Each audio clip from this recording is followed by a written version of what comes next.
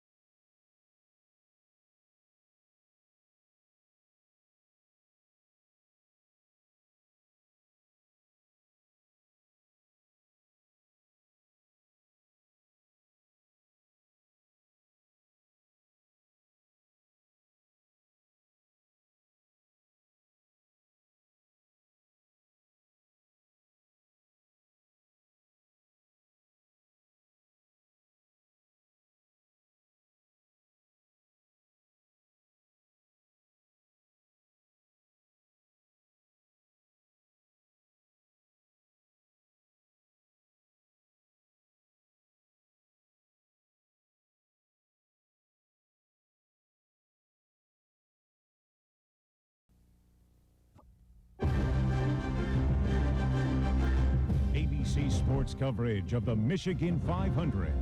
Brought to you by Budweiser, official sponsor of the 1996 U.S. Olympic team. This Bud's for you. Bosch Platinum, the ultimate spark plug. Toyota Motorsports, our minds are always racing. And Firestone, America's tire since 1900.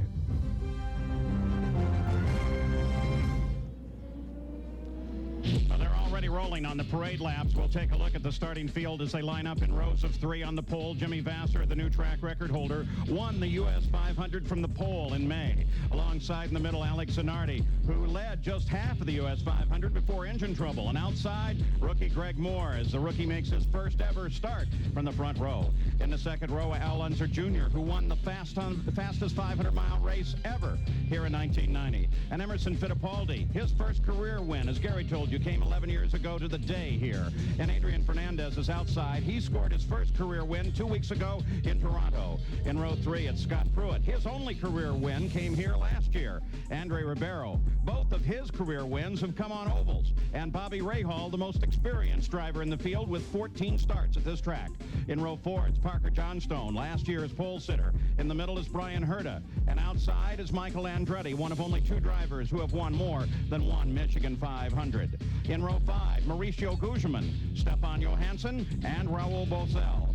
In row 6, Jill DeFerrin, who yesterday, as car owner Jim Hall announced his retirement at the end of the season. And Davy Jones replacing Eddie Lawson and Eliseo Salazar. The 7th row, Christian Fittipaldi, Hiro Matsushita, and Mark Blundell. In row 8, Roberto Moreno, Juan Manuel Fangio, and P.J. Jones. And alone in row 9 is Robbie Gordon, who starts last because he changed to his backup car after this morning's practice session. So that's the grid as they line up.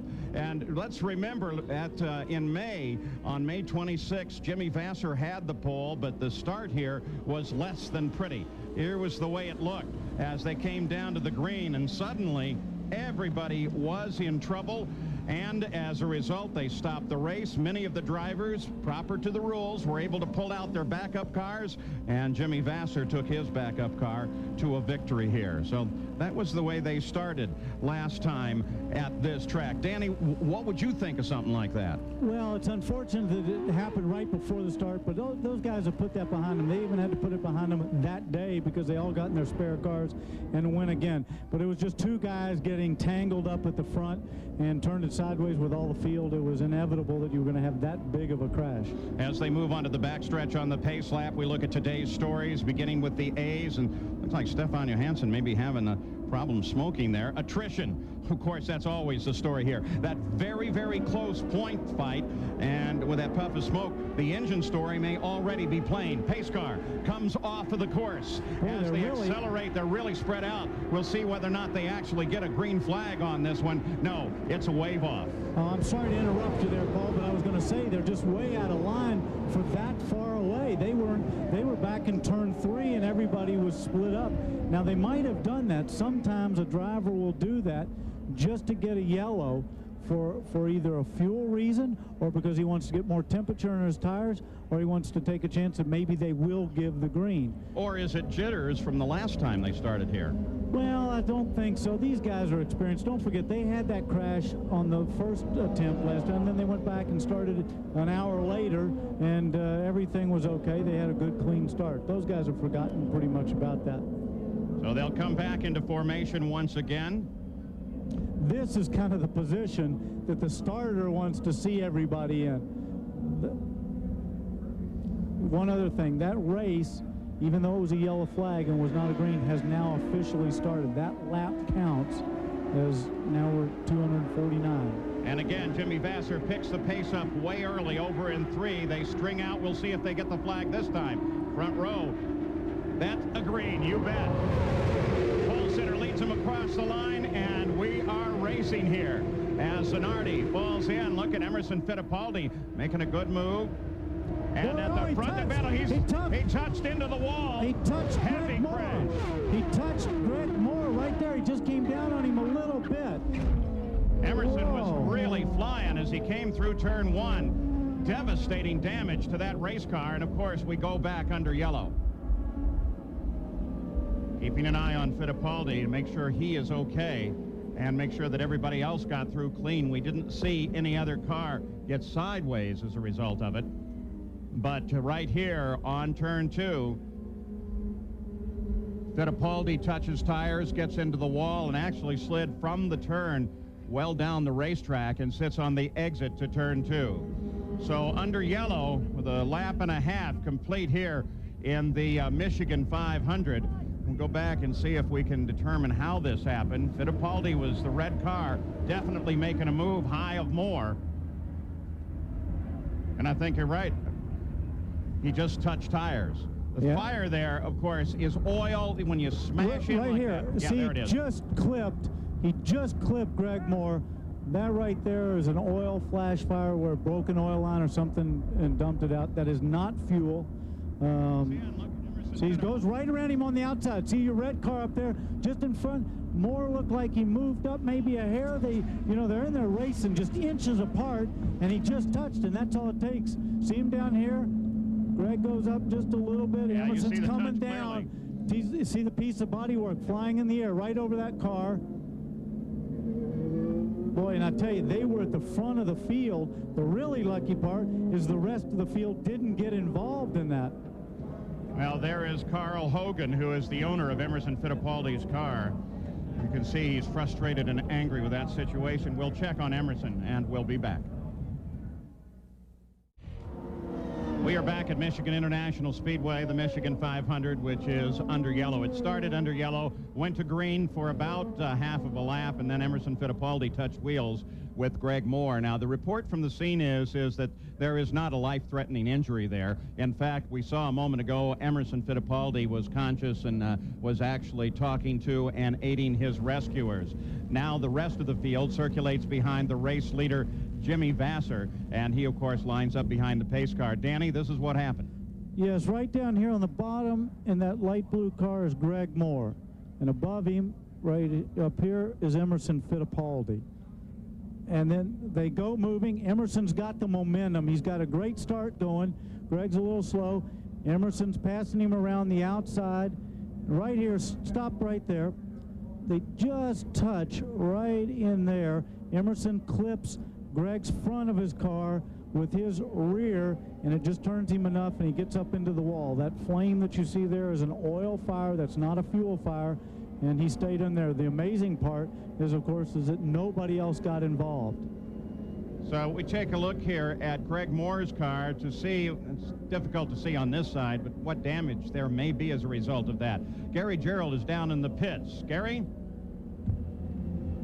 Carl Hogan, I know you're concerned. Did you have any conversation with Emerson on the radio? Well, not at first he didn't answer, and then finally he answered me. He said, "Get me out of here." So it sounded like from his voice was pretty strong, so we're hoping he's okay. I know that's the primary concern, but what great disappointment for a team. You're so primed, so pumped. The optimism was very high in this camp this weekend, it felt to me. Yeah, we were pretty conservative all weekend, and we were running good, and we felt good, and if the replay is what it shows, someone hit us, and it just really perturbs me. Thank you, Carl. A very concerned Carl Hogan. He and his driver, Emerson Fittipaldi, share a very close friendship. Now, they do have Emerson out of the car, and again, we're talking a non-life-threatening injury here, and it may even upgrade from that. Jackaroot? Well, Paul, another concern down here is the ever-changing weather here at Michigan International Speedway. Now, here's what's happened. There is a forecast for some isolated showers around, maybe 2 hours from now. Here's what Roger Penske has done, though. He has heard about this and has dispatched his pilots to the airport. They're going up in the airplane, and kind of like a hurricane chaser, Roger's going to have his pilots go chase this weather out, map it out, and try and determine just exactly how much time before the possibility exists that it would rain here. It may come back to report, too, that it's not going to rain here all day. But these are some of the high-tech nuances that a team like Penske utilizes to try and stay up front.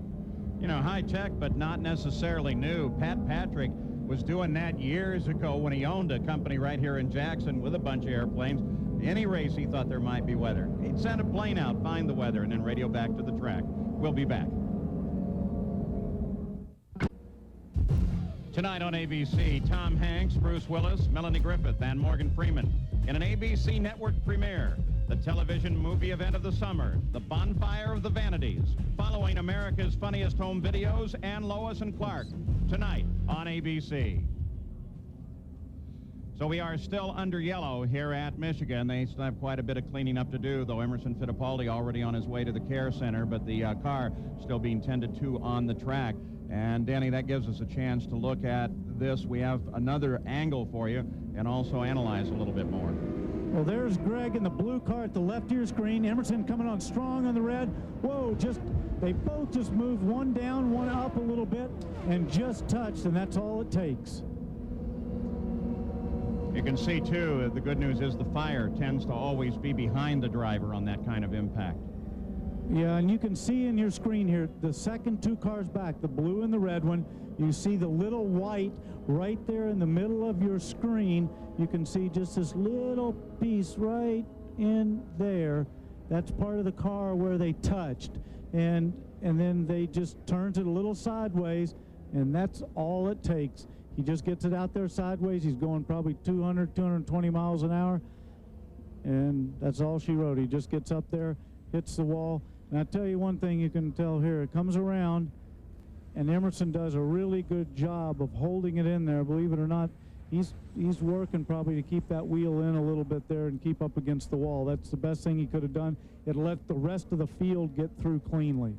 Yeah, there were 5 cars right behind, and they did a good job of getting through. The question, though, now is, what about Greg Moore, Gary? We're down here in their camp, and it's been very interesting because Tony Brunetti, who's on the radio with Greg, Neil Mickelwright, they've been watching those replays also. They've been talking with their driver. They say everything is fine, that their car apparently did not sustain any damage. I asked Tony, are you concerned at all about your driver? Do you have to settle him down? He said, no, he's always very, very cool, remarkably so for a very young man. So they seem to be in a very comfortable position at this particular moment. Jack? Well, Gary, Firestone tire officials are looking at Andre Ribeiro's tire. You see the chalk marker right here? During that accident, Andre Ribeiro got on the binders real hard, and this is what happens at speeds over 200 miles an hour. A little flat spot. Now, you don't want that out there because the tire will begin to vibrate at full speed. They brought him in and changed it on the left front. You know, the excitement of IndyCar racing is speed, and therefore safety is a #1 priority. Now, earlier, Gary Gerald took a look at the medical center here. The best medical facilities and staff on wheels. Racing incident, one of the most welcome sights for any IndyCar driver, is the arrival of one of these safety trucks and a team of specialized physicians who carry extrication equipment, which can actually cut through the wreckage to remove a driver from the cockpit if necessary. The safety of drivers and their crews has always been of absolute paramount importance to all of IndyCar racing. But it is comforting to know that in the event of an incident, be it on the racetrack, be it on pit road, or even here in the garage paddock area, these folks have the very best equipment at their disposal, including the most advanced mobile medical unit to be found in all of motorsports. The Director of Medical Services is Dr. Steve Olvey, who's justifiably proud of this $1 million emergency room on wheels. What we have here is our new facility, which is in one of the expandable trailers, and since 99% of what we see are simple walk-in clinic type things, we can take care of everything from the common cold or a minor cut or scrape to doing any immediate life-saving thing that can be done in any hospital emergency room or intensive care unit. We have all modern state-of-the-art equipment, nothing but the latest and best, and we can function as a trauma unit or MASH unit. One of the best analogies is a MASH unit in the military, and that's what we have here now. And there in the infield is that IndyCar Medical Center, and Carl Hogan just headed in there. We will continue to wait for an official report on Emerson Fittipaldi's condition, but we do not believe it to be serious at all. They're after 9 laps, most of them under yellow. We'll be back after these messages and a word from our ABC stations. The Indianapolis Motor Speedway will welcome the stars of stock car racing next week.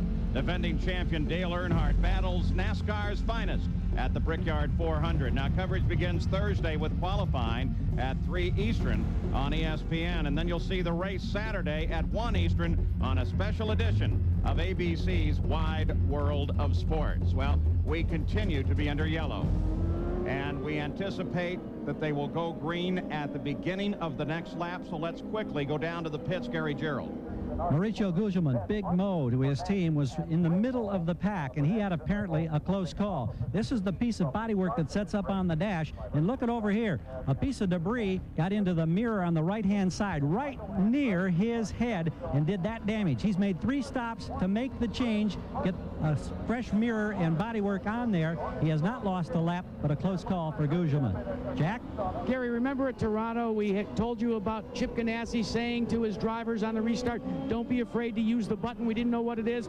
Here's the backup car for Team Ganassi. Here's the steering wheel. Far more buttons than most people. Here's what we have found out. There is a button that exists on the steering wheel with all of the Honda-powered cars that allows the driver to change the performance configuration of the engine. It only works for a split second. When you depress the button, it powers all of the available power to the motor. It enables them to have full maximum power on a restart, but it only can exist for about 3 or 4 seconds. So we're going to start calling it the APB button. Paul? And APB is? Absolute power button. All right. Here is the running order after 14 laps. Remember that all but a half of these laps have been run under the yellow flag, with the teammates Vassar and Zanardi. Tried to combine them together there. Vassar and Zanardi at the top of the order, then Greg Moore, Al Unser Jr., and Adrian Fernandez. My biggest concern, Jack, you've given us a couple of reports, is just what, if any, of that debris picked up on any of these guys' tires. But nobody seemed to have pitted, so they don't seem to be that concerned. But here we come for a green right now. And Zanardi right away makes a move, comes down on the inside. And Zanardi takes the lead of the race. Apparently his button's more powerful than Jimmy's. Greg Moore now under challenge as Al Unser Jr. closes up. That's just the oil dry that they pass through. It's not part of an issue on the racetrack. They're well aware that that was there. Al Unser Jr. working on the rookie Greg Moore. Jack Harut? Danny, you were asking about the cut tires. Well, there was one team that found 3 cut tires. Robbie Gordon did come down in the pit road, changed all 4 tires. 3 of the 4 were cut. Now a 3-way battle for second place as they line up behind Jimmy Vassar, currently second, Greg Moore and Al Unser Jr. And Zanardi is just pulling away. Well, not unlike what he did here for the US 500. And I talked to Jimmy Vassar before the start, actually before your interview, and he said his car was okay, but it wasn't great. He wasn't like super confident with that. He said it was a little bit off, but he was going to be okay. They really now begin to close up. Everybody closing on second place, but just got a glimpse. Scott Pruitt getting overhauled there, the winner last year. Bobby Rahal just ahead of him, now on board with Rahal. Currently 6th place. Paul, when I raced here, I started from the front row in '88 when I won, and everybody took off and passed me at the beginning. They just went away, and everybody kept saying, be calm, they'll come back to you. So this race is a lot of settling down yet to go. Adrian Fernandez comes up alongside Al Unser Jr. and makes his move for 3rd. And his car's obviously working well, that he could go down that low and put a pass on him down that tight. Well, at a track that they say you're not supposed to really contest one another early on, little Al stuck his nose back there, but he was also just keeping the momentum going from the draft, wasn't he? That's right. He wanted to get as much pull from that car as possible. Look back at the front of the field as they try to swap again. Vassar is able to catch up to Zanardi, but he can't make him. At the same time, Fernandez made a move on Greg Moore. Boy, for the early stages of this race, 19 laps complete, they're really at one another. Is that telling you that they are looking at weather and considering the possibility of a rain-shortened race? Well, I think they've obviously got that in the back of their mind, but I think their cars are just working good right now, and they're feeling racy, and they want to get to the front. If your car's working at this stage, go on and run up there. Greg Moore, see how high he's coming off there? I don't think his car's working as well as he'd like it to be. Fernandez moves again on 3rd place. Moore in that blue and white car. Fernandez, red, white, and green. Fernandez looks like he's catching everybody. The front of this pack, he's closing down on it, and everybody seemed to have bunched up on the leader again. And a little further back in the field, Al Unser Jr. now being overhauled by Rahal. Michael, excuse me, Michael. Their cars look very similar, but Michael's moving up very well. Rahal was up there for a bit and then fell backwards, so now they work on Michael, and here comes Scott Pruitt again down on the inside. Remember, we saw him moments ago as he was falling behind the group. But don't forget, this is a 500-mile race. If Little Al's dropping back a little bit, he might have a little handling problem. He might be being conservative. He can change that during the first pit stop and adjust the car. Penske does that very, very well. Go back up to the front of the field as the battle now is for second place, and it's between Vassar and Fernandez.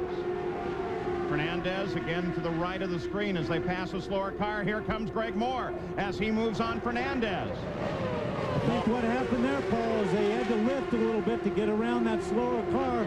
Greg Moore did not. It gave him the momentum off of the corner. Look at him there. Greg Moore grabs off third from Fernandez. Now he begins to look at Vassar. And they're back to the original order of the field with a switch of Vassar and Zanardi.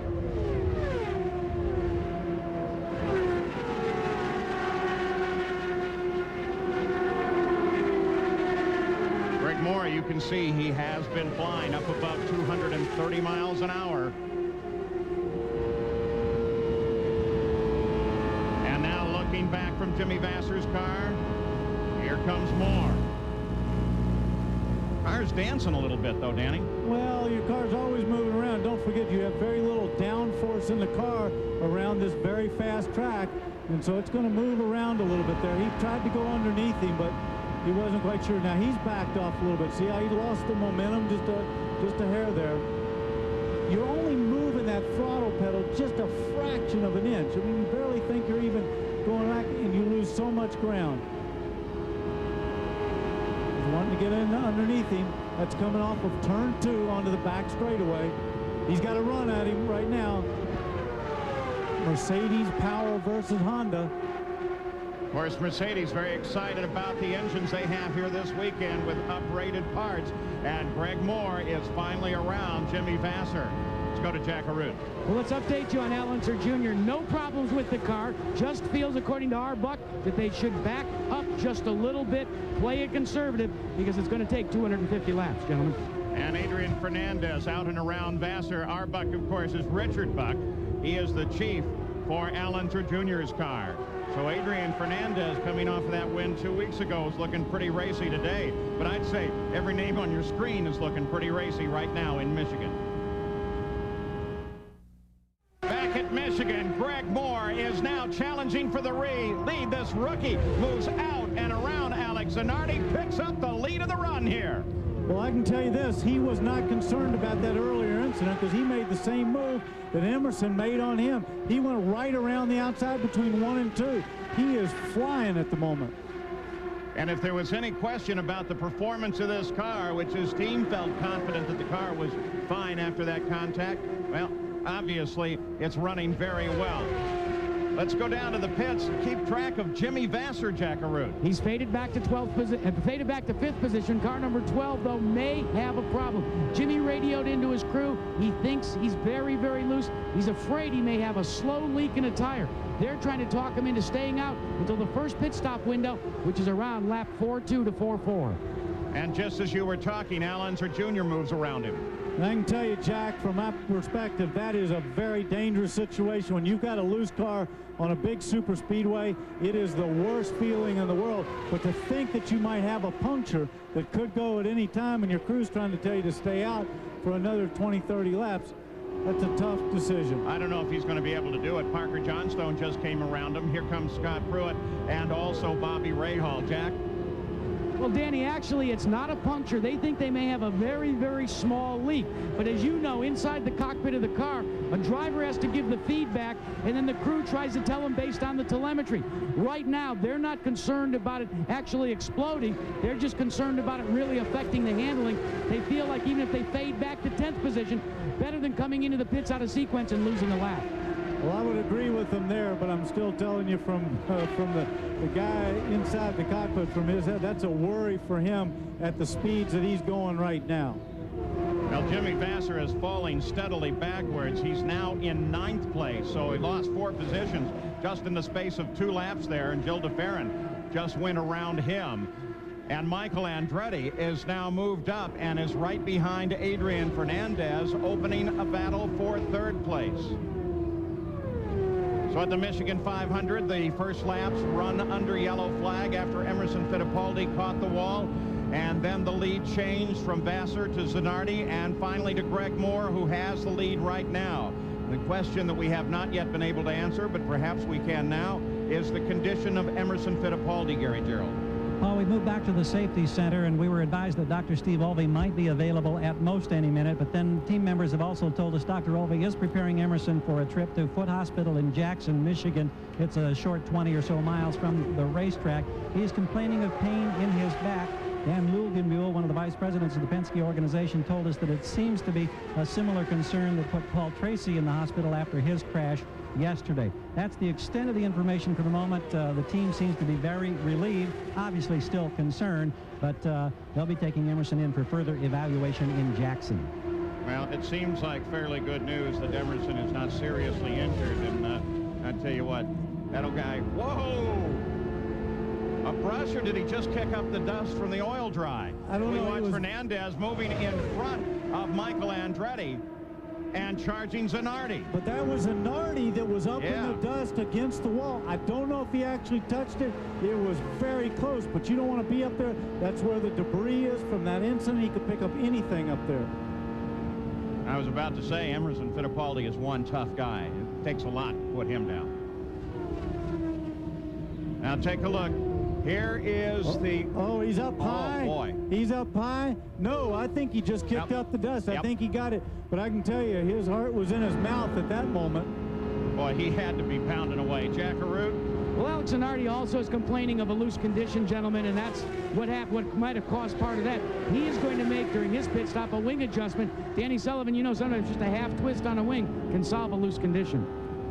You're absolutely right there, Jack, but it's not comfortable. And what that tells me, if both cars are going loose, that means that their setup was really good for qualifying, but their cars are going to go to loose, and that could be a condition that they cannot adjust just with a wing adjustment. It might be more severe than that. Michael Andretti just overhauled Davy Jones in the Delco car, now replacing Eddie Lawson at the wheel there, and now he begins to move on the 4 car of Alex Zanardi.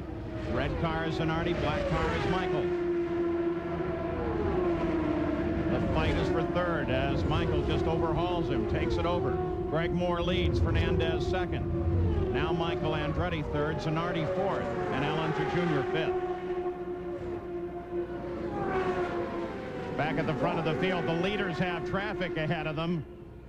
Let's watch Greg Moore. Remember, he's a rookie in terms of IndyCars, has extensive racing experience, most notably in his run for the championship last year in the Indy Lights Series.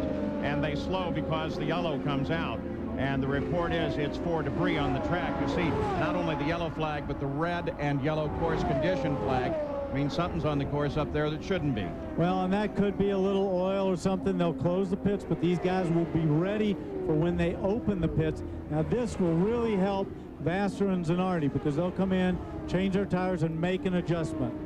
And remember, under the rules for ovals of the IndyCar established at Milwaukee, when they open the pits, it'll be the lead group first, and then those a lap down. We'll be back. The field gathered up behind Desiree Wilson driving the pace car here. They just opened the pits, and so with an 80-mile-an-hour speed limit, the leaders will come off, and their teams are ready and waiting for them. Greg Moore stops first by Gary Gerald. Comes in and hits those marks. First of probably 6 pit stops anticipated by these teams if it turns out to be a good day for the full 500 miles. We see no indication of change, no hesitation, and smokes the tires in 13 seconds, Jack. And Adrian Fernandez, they make a wing adjustment on the front of his car. Both the Tasman team and the Ganassi team are out. It's a drag race down here with Michael Andretti in the mix, and it looks as if Andretti beat both Tasman and Ganassi out. That's exactly right. Michael Andretti came out of there. His pit was a little further down, so maybe he could take a greater chance on accelerating out of his pits. and he got out a nose ahead of both Zanardi and Fernandez. There you are on board. Bobby Rahal had a problem. Looks like he's stalled down at the end of the pits. His crew will have to go get him. Well, Bobby Rahal, who was up at the back of the top 10, and they're running down to make sure that it's a simple problem. That'll cost him big time no matter what, yeah. because he'll for sure go a lap down here. IndyCar officials right there, they always bring a bucket of water, so in case there's a fuel spill or anything, they can take care of it. Something as simple as the heat buildup underneath that cowling on the back. It could cause damage, and those cowlings are pretty expensive, so they want to be there to be able to help them if they can. See on the right of your screen, that guy walking along without water, he's... So Bobby Rahal stalled. Jack, we see you right there. Well, we're watching the crew. Now they finally, it's a long run for Bobby Rahal's crew to get down here because this is the end of pit road. They are talking to Bobby by way of radio. Now, here's what's going to have to happen, gentlemen. They came down here. The motor was not running on Bobby Rahal's car. It was amazing to me. Bobby maintained his poise, stayed on the radio, and tried to troubleshoot the problem. Now what's going to have to happen is this team is going to take the long walk backwards with the race car. They're going to go underneath the side pods. They think it might be an electronics problem. And so the second group finally comes in, gets their stop done. The helicopter is ready to take Emerson Fittipaldi to the hospital. We'll be back to Michigan after these messages and a word from our ABC stations. ABC Sports coverage of the Michigan 500. Brought to you by Splitfire. Enter the performance zone with Splitfire Performance V spark plugs. Miller Lite. When you've got the great taste of an ice cold Miller Lite, life is good. Mobile Motor Oil. At Mobile, we've been changing oil for over 125 years. And the more than 1,350 AutoZone stores across America. AutoZone, the best parts in auto parts. Back at the Michigan 500, Michael Andretti was the man who really gained on those stops as we're ready to go back green. Greg Moore is the leader of the race. Michael Andretti was able to get into second place. The bad news on the stops is Bobby Rahal, Gary Gerald. He's talking with Tim Cindric and the rest of the crew here, and we'll kind of eavesdrop for a moment. See if Bobby, can you tell us, do you have an indication of what turned out to be the problem when you pulled away? Just something with the engine. I guess it's broken, but I mean, I came in, everything I felt was fine, and we went to pull out, and I heard this gnashing and whirling in the back that was not normal, obviously, and it wouldn't run. I tried to get it down the pit lane, and it quit on me, and they brought back me to start, and it's pumping water out the back end, so it's something major. How close were you to the incident involving Emerson Fittipaldi at the start of this race?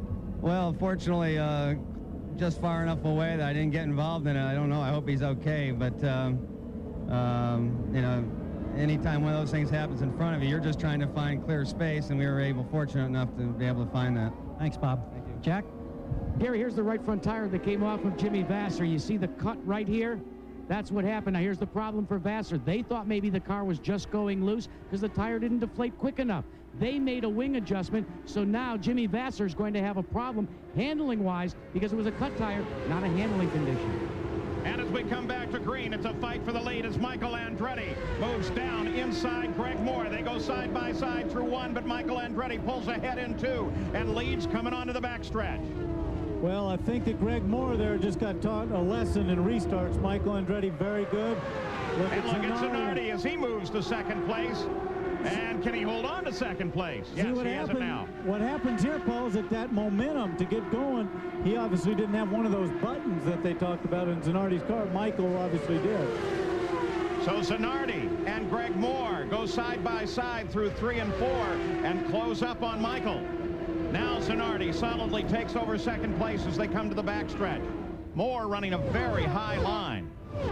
Well, we saw that before. If he didn't make an adjustment on his car, it might be that when the fuel load's like this, he has to run up high until it lightens down a little bit. Here comes Zanardi as he looks for the lead. Alex Zanardi in the red car high, Michael Andretti the black car low.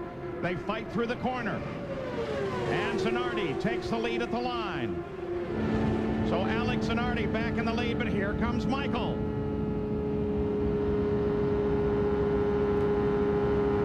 Michael seems to be able to handle a little lower and still stay at speed. Well, everybody's car, Paul, will do certain things on full tanks and they'll handle a little bit different maybe in the middle of the load, and they can be completely different when the fuel load is light.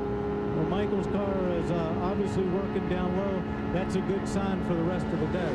Down inside Michael, it's Greg Moore. As he comes around Michael into second place now, takes a shot on that high line for the lead.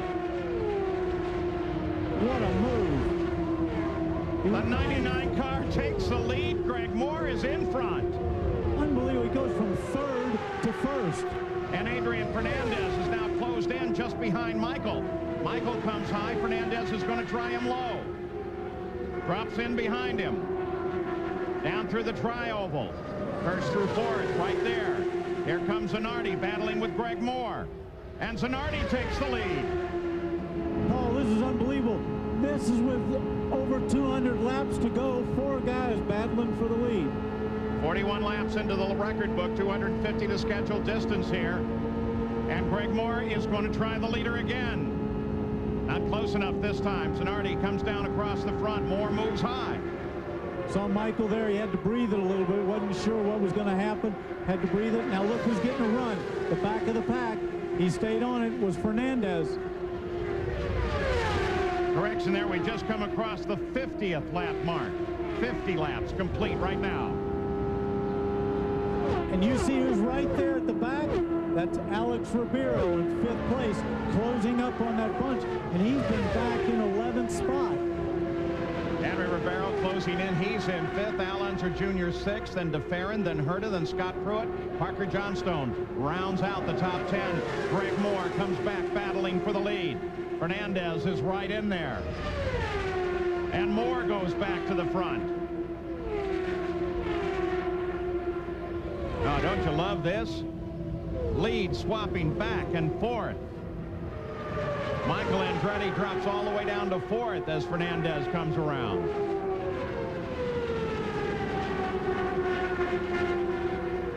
And they're still right together.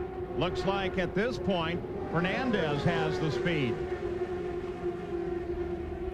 Well, again, a lot of that is momentum. When those guys go into a corner and they're racing and everybody's breathing the throttle a little bit and kind of sorting themselves out, the other guy, the guy at the back that's got the clean air, he gets a run on him. He doesn't have to come out of the throttle. These engines and everything around here take a little time to get back up to speed, and he can pick up a spot or two.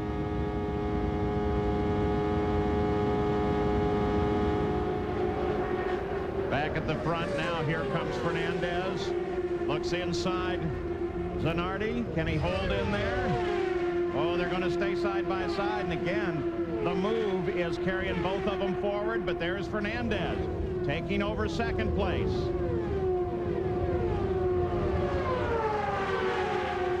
Mercedes, then Honda in terms of the engines.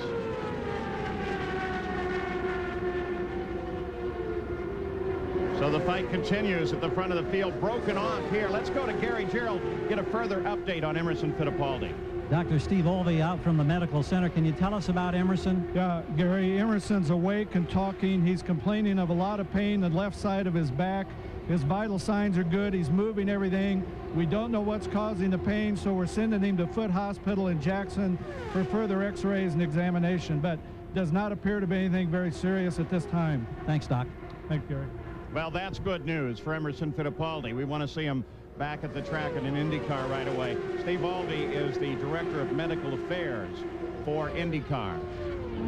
Here's Michael working on Alex Zanardi.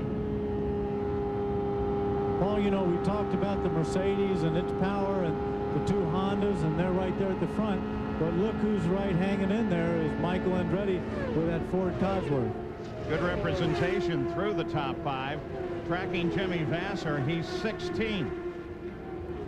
He's right behind Christian Fittipaldi on the racetrack and really doesn't seem to be able to get out of that position. Salazar is just behind him. Focus here is second place. Back at third place, Zanardi and Michael Andretti. And Michael's now trying to make his move. Michael moves for third, takes it from Zanardi.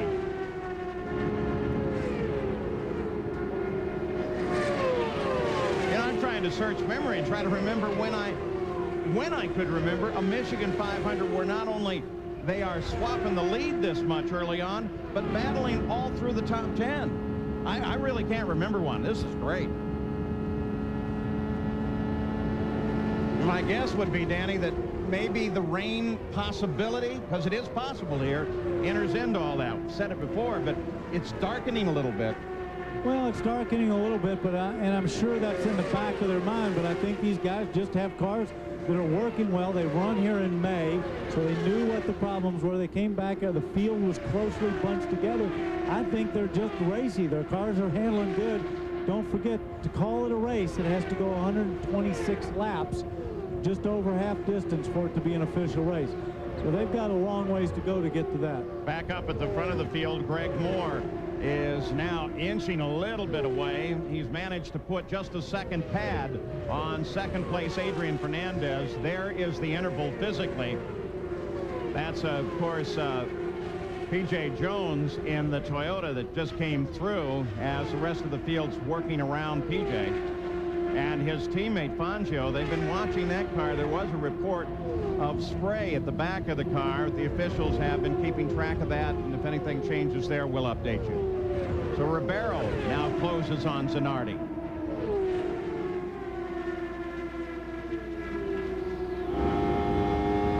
On board Ribeiro. Zanardi comes around the All-American racer of Dan Gurney. Now Ribeiro comes around.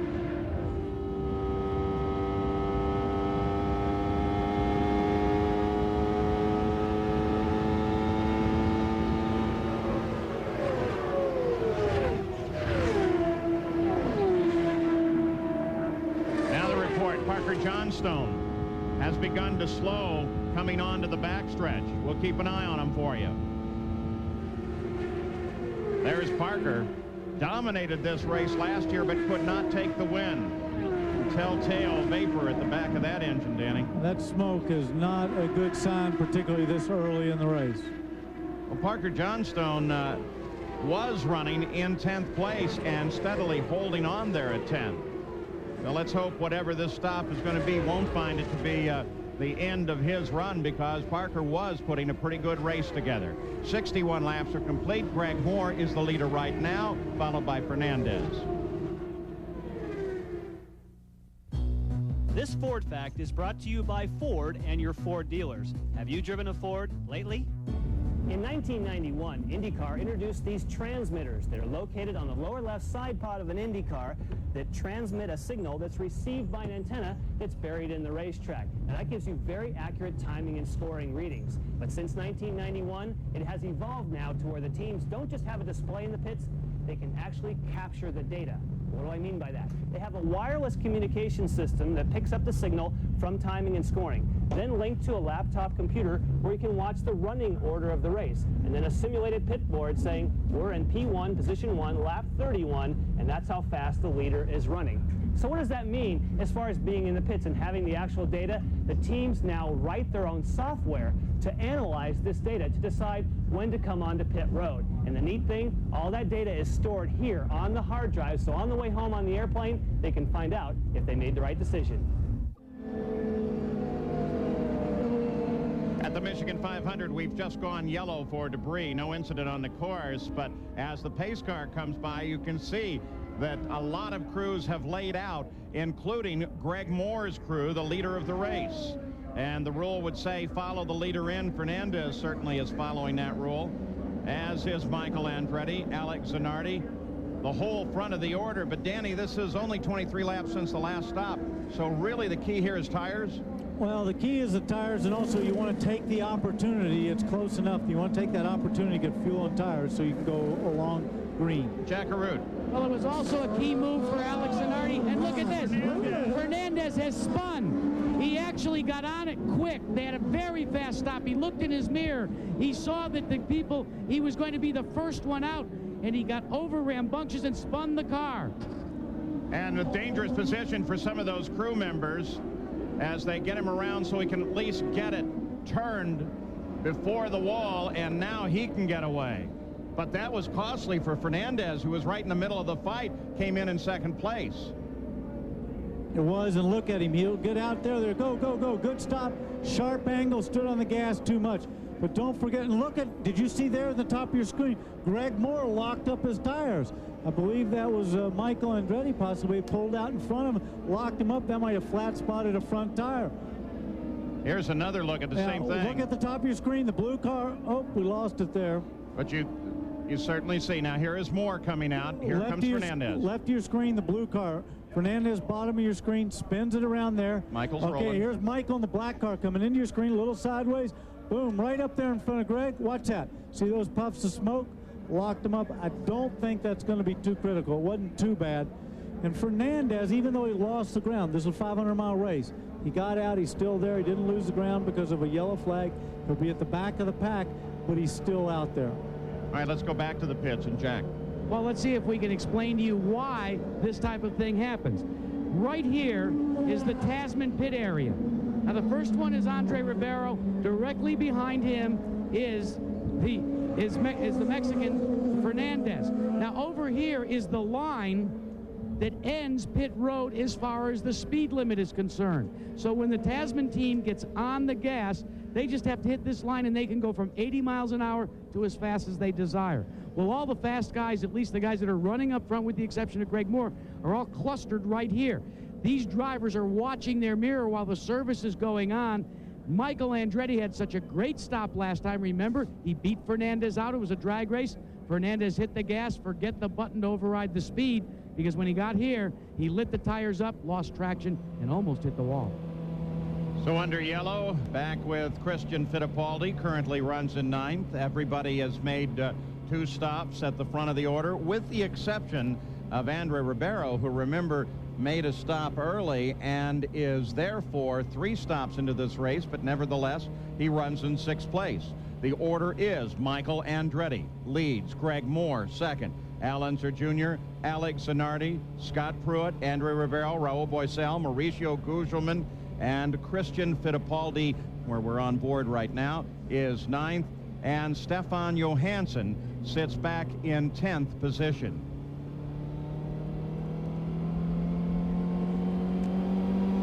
So we watch as Christian Fittipaldi. Let's take a look at Christian, who started racing very early on. There is a very young Christian Fittipaldi, a little older, with his uncles and dad's logo on the helmet. And I'll tell you what, he will race anything that he possibly can. But though he was a boy early, the boy's not left him. In his 2nd season in the IndyCars, 30 starts, 6 finishes in the top 5. We want to see him in winner's circle. Looking now on the Bud car over the right shoulder of Christian Fittipaldi as we send you to Gary Gerald. Some updates on other stops. Greg Moore in routine service, no changes on the car. Al Unser Jr. came in, 11-second service for him and out, no significant changes. Parker Johnstone's crew working diligently at the right rear. They're changing the entire upright, the hub carrier, and the right rear suspension. They don't know what happened, but we believe there may have been contact because Davy Jones in the Gallus car, number 10, came in and got a new nose almost at the same time. So there may have been a little incident there, but a tough break for Parker Johnstone. Jack? Let's update you on Team Ganassi. Now, here's Alex Zanardi's fuel hose. Just the lap prior to him coming in, they checked the hose. It broke. They made the change. Zanardi has a full tank of fuel. But for Jimmy Vasser, he has got continuing problems. They tried to balance the car out, but now Vasser is extremely upset because he's way in the back. And all the radio said to him is, get your adrenaline under control. Guys? Jimmy Vasser will have to fight his way forward from back in the field at 12th position. But don't forget, Jimmy's adrenaline is going up, not only because he started on the pole, not only because he's back in 12th, but because he hasn't had very many good races of late, and he feels that point slipping away from him. Take a look down from the Honda Helicam as we are pretty close to going back to green flag racing. And the key, of course, is that IndyCar, under the new rules that they started at Milwaukee, they have the fast cars on the inside. down low, and everybody lap down will come back to the green flag sitting high. That's right. But that choice is made by the drivers in the drivers meeting. They pick which side that they want to be on for fast and slow, and it can alter at the next oval. But it doesn't seem like a logical choice here. Why would they do that? Well, I think they want to have that inside line. It's a little shorter and a little faster. All right, they pick the pace up as they come back to the green flag.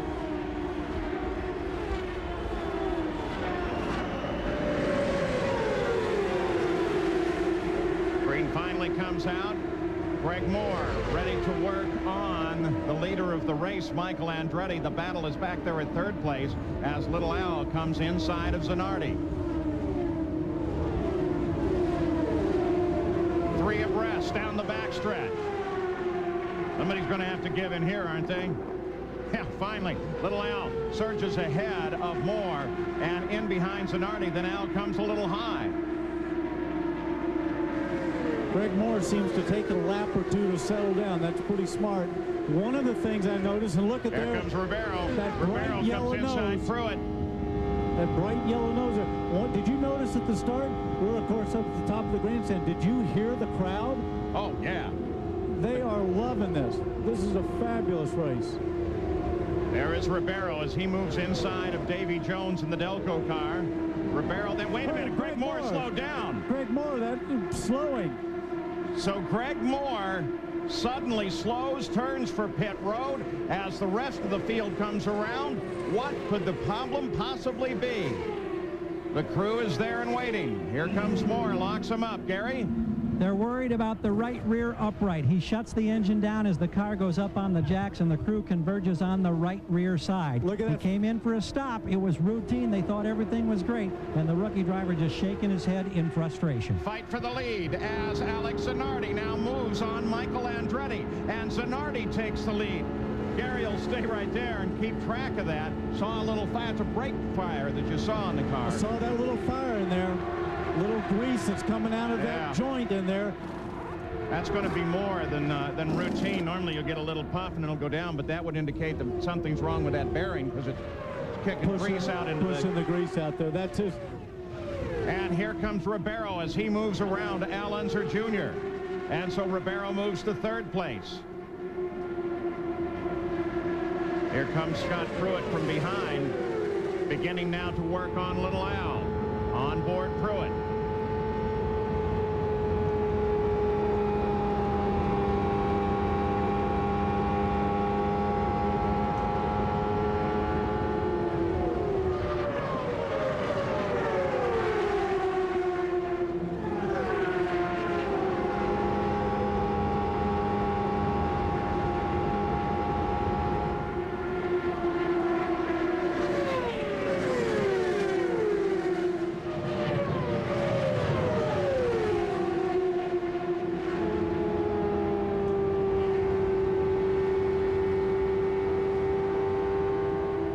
Pruitt thought he had Little Al set up, but he didn't have enough. Now Ribeiro, the yellow-nosed car, works on Michael Andretti. Battle between Ford Cosworth and Honda. The black car, Michael Andretti, is the Ford Cosworth. The LCI car, Andre Ribeiro, that's Honda powered.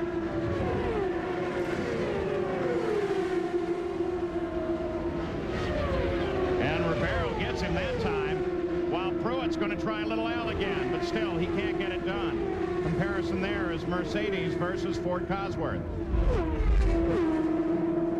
And Goodyear versus Firestone.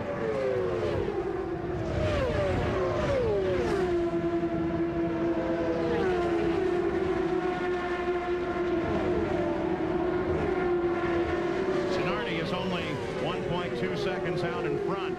Here comes Pruitt again, last year's champion. California native working on Al Unser Jr. Now they stay side by side. And Pruitt may have the horsepower this time. He gets through the corner and gets around Little Al. So Pruitt moves into fourth. That kind of looked like the last lap last year, didn't it? Sure did. Remember that last lap last year? They came across the line. Little Al had the lead. Then Pruitt got him. Then they went side by side down the backstretch. And Pruitt said, no, I got to have my first IndyCar win. Took the win. That's his last and only win in the IndyCars. Now he's taking a very serious look at Michael Andretti.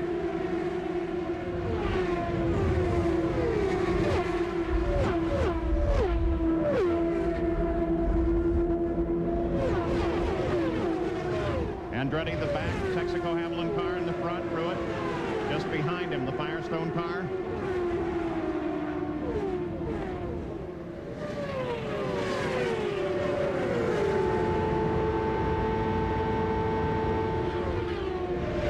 And finally, the outside, similar power. He worked him for a lap and a half, and Pruitt moves around Michael. Now he's up in third. Boy, he just shot around Michael. I mean, that looked incredibly fast. Look how he's just pulling away from him right there. Well, very definitely the fastest car on the course right now. With the yellows, the average speed is not significant at all at 137 miles an hour, but there's what is. Pruitt is running very close to his fastest lap in the race, and here we are, 79 laps completed by the leader, Alex Zanardi. And Zanardi now is beginning to lose that lead a little bit to Ribeiro. Still right at 1 second, but Ribeiro's whittled off about a tenth, maybe 2 tenths now as they came by the last time. We're back at the Michigan 500, Michigan International Speedway. No changes since we left you. Alex Zanardi, just got a glimpse of him, the leader of the race. Andre Ribeiro, the young Brazilian, studied law, into second place. Scott Pruitt is sitting in third place, and then Albuquerque Al Unser Jr.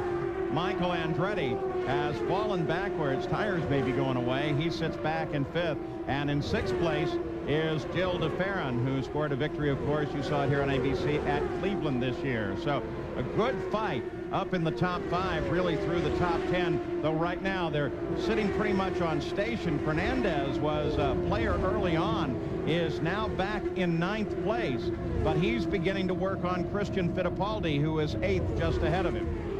Well, of course, Paul, that can be a set of tires. You just sometimes get a set that's a little bit off, that changes the handling of the car just enough that you don't have that pace. I got to tell you one thing, though. You and I have both done it now. I feel good because you're the star commentator here.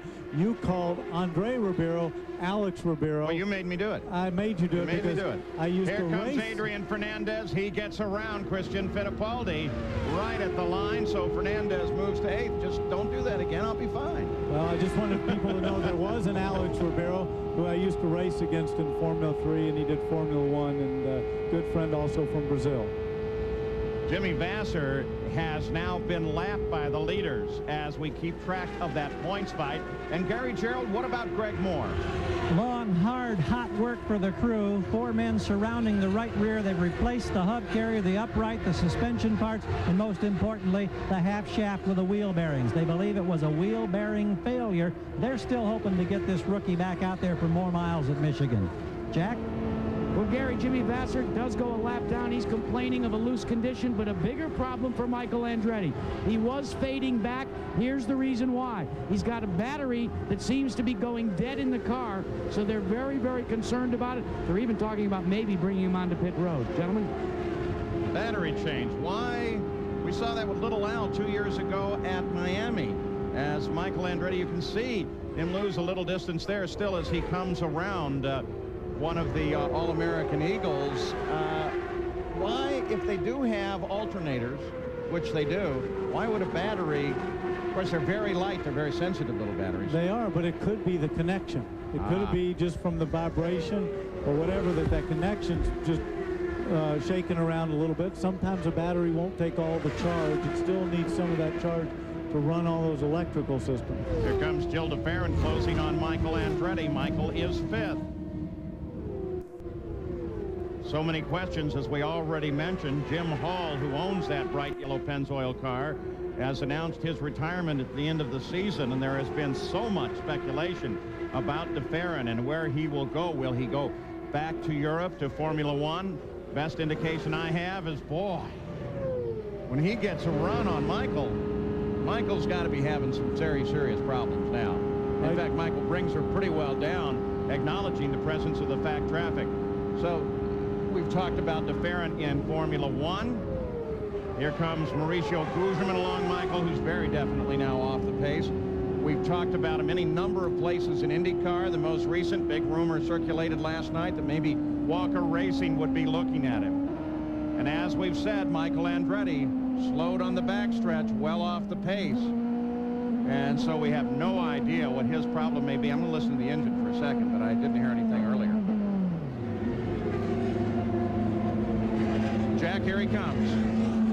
And he's coming in, and they are going to try and make this battery change. They are concerned he has shut the engine off.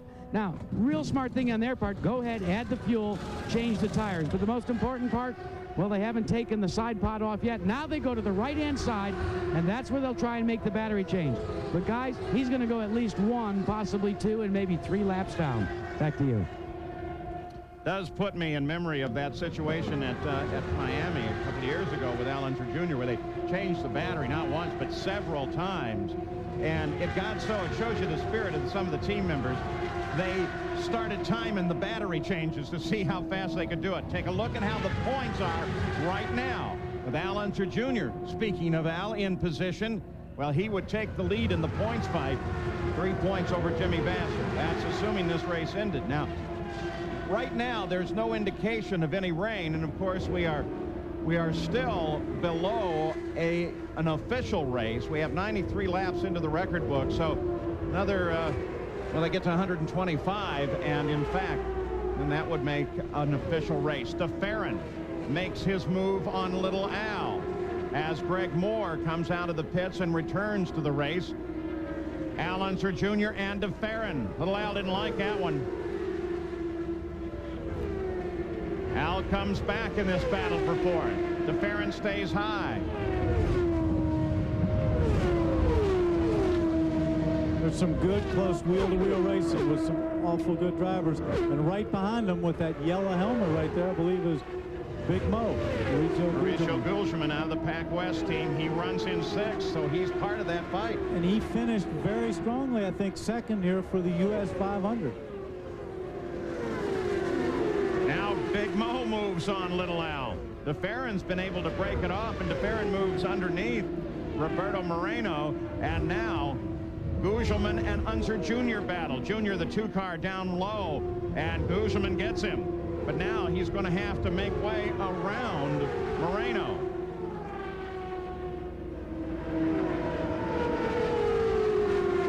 Moreno moves up, takes the high line, lets the 2 faster cars through. Turn 4, we've got a problem. Car against the wall, and it is Moreno. Those 2 cars just came around him. And then Moreno gets the wall. He came up high, I think, acknowledging the presence of the 2 faster cars, and then suddenly was in the wall. Maybe we're beginning to build up some marbles. You don't see any there. Roberto's obviously okay. He's taken off the steering wheel. That's the first sign that he's fine. Now climbs out of the car. He was having a good weekend, too. His family is here. 2 little girls are just charming. Great little gals. Taking photographs all around the track. So Roberto Moreno ends his day early. He finished 3rd in the US 500. So you expected there might be something. Getting help from one of the crew there. It's like he's bouncing on one leg. Maybe took a pretty good whack on the foot. We'll wait for the official medical opinion. He's got some of the best right there standing at the door. That's Dr. Terry Trammell of Indianapolis, who has been acknowledged time and time again as the best orthopedic surgeon for race drivers. And let's take a look on the onboard camera. Maybe we can figure out what happened to Roberto. In turn 2, Danny, onto the backstretch. Okay, he's just coming down the back straight. He's looking in his mirror. That's what his head was doing there. Lifts a little bit going in there. The faster cars just went underneath him. He's up pretty high. Oh, he just gets up in the gray. Whoa. Whoa. Whoa. It's a lot bigger hit than you think. Those walls do not move. But you know what? I think he just got up in the gray. He didn't hear the throttle change. He just kept moving up, and then he realized it was too late and had to come out of it. Well, he saw the faster cars coming, moved up and out of the way. The car's leaking fluids. Most likely that is water. And the question is whether or not anything else, oil, and it wouldn't seem that gearbox oil gets on the track there. No, that'll be from the radiator. And what they did here below the car is they just put like a little dam there of oil dry to stop the fluids leaking down there. So the pits are open. The leaders are all coming in. Zanardi, followed by Ribeiro, by Pruitt, by Jill DeFerrin, and by Mauricio Gulgerman. Those are the top 5. They are all coming in. Unser Jr., Fernandez. Let's go to Jack. Well, Adrian Fernandez coming in very slowly, hits his marks. In the meantime, Alex Zanardi has completed his work. Let's go to Gary Gerald. Gary? Oh, great stop for Scott Pruitt. He picked up 2 positions on a 10-second stop a while ago. He just hit our clocks at 10.4, and it looks sensational, Jack. And Gary, a long stop for Adrian Fernandez. They had trouble getting the tires on, but more importantly, they had trouble getting all the fuel in. They accomplished both, but he's at the tail end of the fellas that came onto pit road. Well, this time the Patrick Racing Team was the best on pit road, and they got Scott Pruitt out very quickly, right behind Zanardi. So that will pay off tremendously in terms of position when they are ready to go back to green flag. Let's take a look now at Roberto Moreno once again, Danny. Yeah, you see him just get up there in the gray. He can't do anything about it, can't turn. He's just trying to ease it down. Boom, right there, right front wheel goes in there. That's probably why he was limping.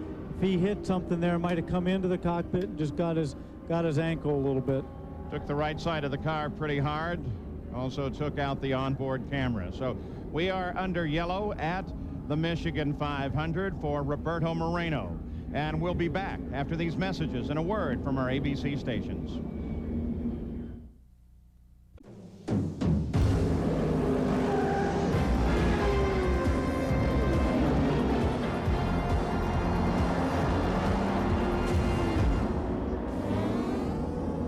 In 2 weeks, the IndyCars head to the road course at Mid-Ohio. 2-time winner and defending champion Al Unser Jr.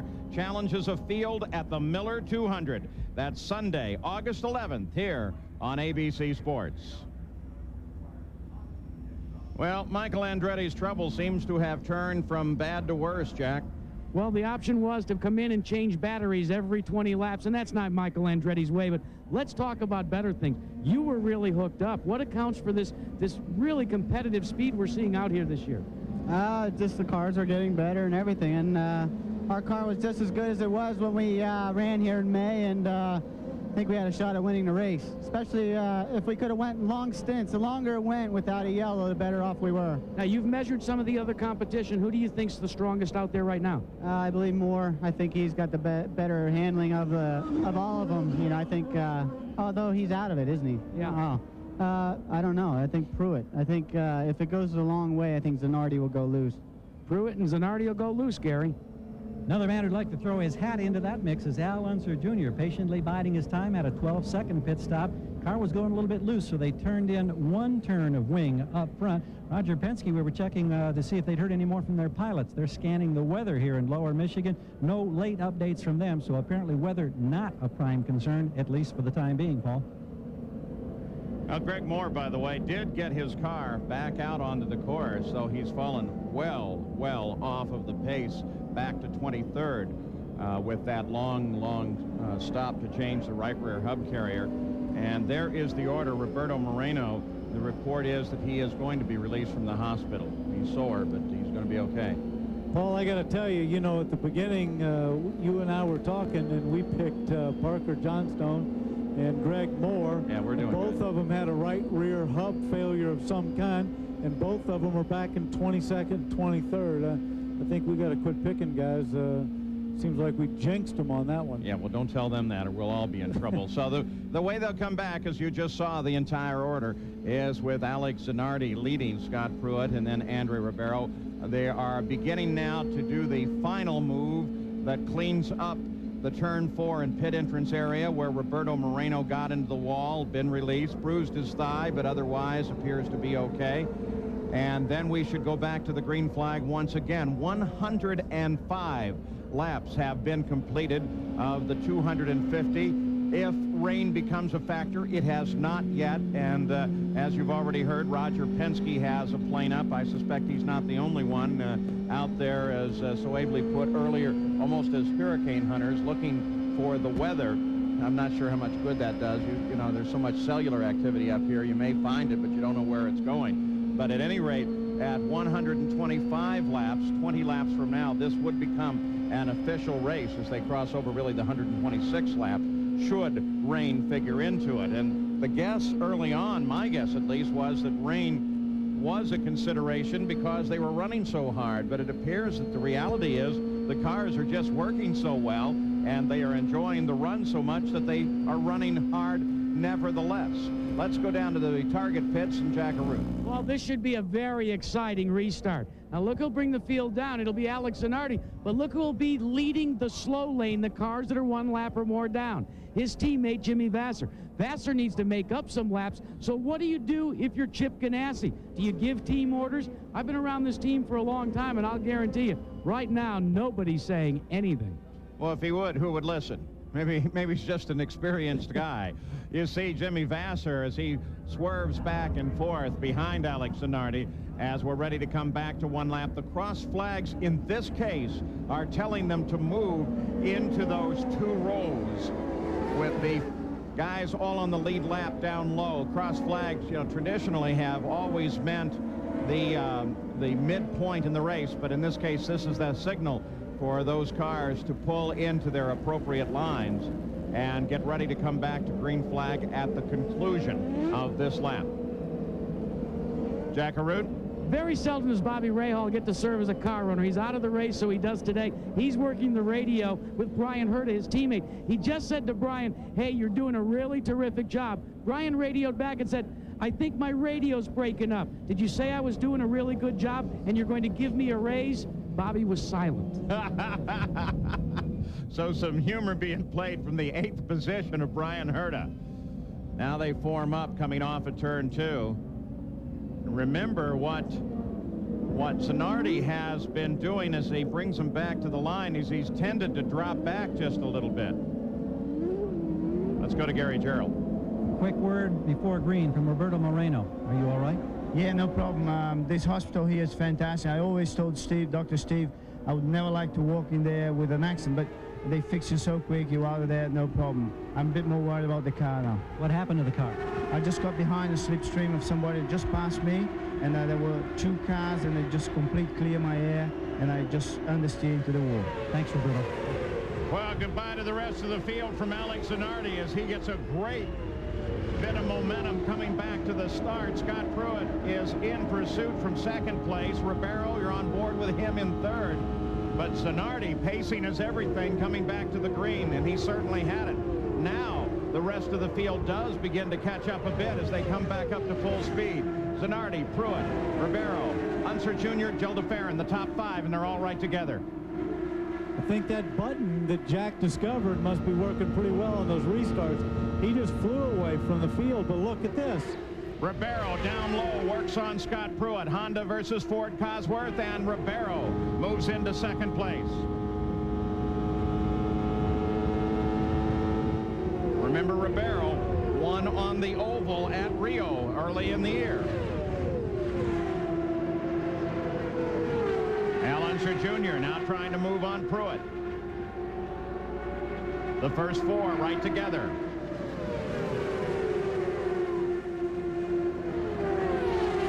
And Joel DeFerrin hanging on right there at the back. He's not having a bad time either. Say now there are 5 all right together. Ribeiro tried to move. Lost some momentum. Here comes Scott Pruitt. Because Ribeiro did lose the momentum. Here comes DeFerrin around Unser Jr. Double pass for you right there. Pruitt back to 2nd. DeFerrin to 4th. Now moving on Ribeiro. Well, you see how critical that is when you just breathe that throttle a little bit because you get trying that pass on the other car.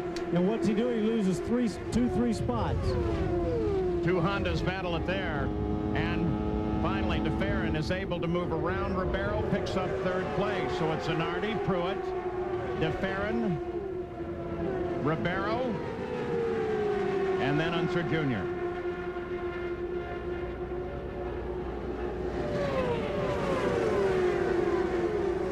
DeFerrin is that bright yellow car. The red, white, and blue just in front of him is Scott Pruitt. One thing Jim Hall said yesterday at his retirement was that he said he was really wanted to focus the team for the rest of the season on winning this championship. I'm sure there's nothing that he would like more than to go out on top.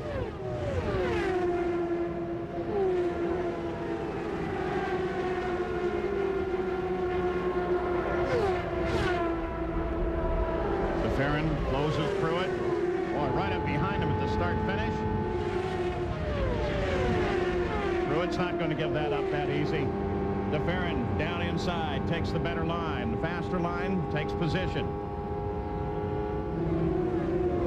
Paul, one of the other reasons they have to go in there like that is they don't want to lose that momentum. He has to stay on the throttle. Ribeiro working Pruitt now. This time Scott's not going to let it happen. But DeFerrin's going to be closing on the leader here shortly. First 5 still right together. Last in that group is the red and white car of Allenser Jr.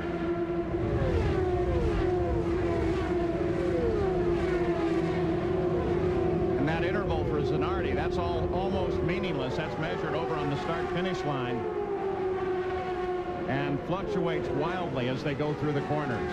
The LCI car is Andre Ribeiro. Here is DeFerrin. Second place, trying to move up to work Zanardi.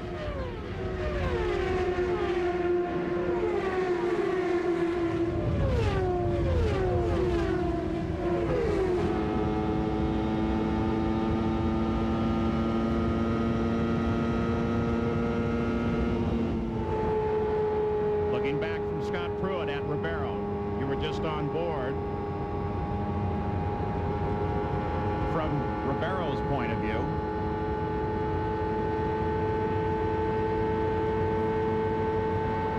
looked like he was going to try the high side, then darted down low.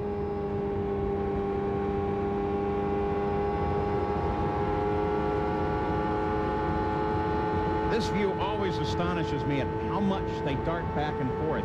How much moving around there as he went down there. I'm not so sure that Ribeiro's car is working as well as he'd like it to, and that's why I think he's using more track, and he has a little bit of trouble when he gets in there underneath him. There he goes again. He's going to try high. High works. Yeah, it worked that time. High groove is the place, Andre. 116 laps complete by the leader.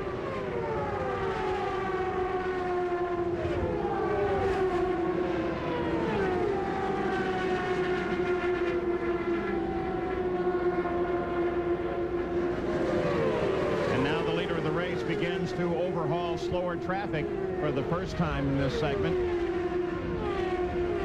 Last set of stops were on the 98th lap, so not that far into this run. And Zanardi on this segment seems to be able to pull away from everyone else, or at least keep station at the front of the field. That looked like Fernandez was in between Al Jr. and Scott Pruitt. Very definitely is. He's moved into 5th place. Here's the field coming through.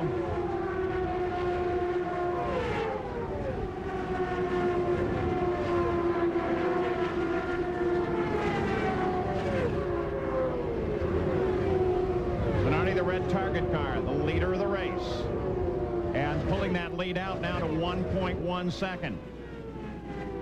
DeFerrin sits in second, followed by Ribeiro, followed by Pruitt, Fernandez, and then Allenser Jr., Gugelman, Blundell, Herta, and Stefan Johansson. We're back at the Michigan 500. You're looking back at Adrian Fernandez as he works on Scott Pruitt for 4th place. Joe DeFerrin, while we were away, was challenged by Andre Ribeiro, and Ribeiro moved into 2nd now as Fernandez moves into 4th. And here is Ribeiro moving on the leader as he works inside of Zanardi. Zanardi stays high. Ribeiro tracks up there a bit.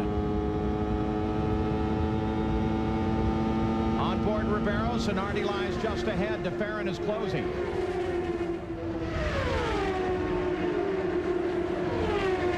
You know, Ribeiro's been putting that car about anywhere he wants.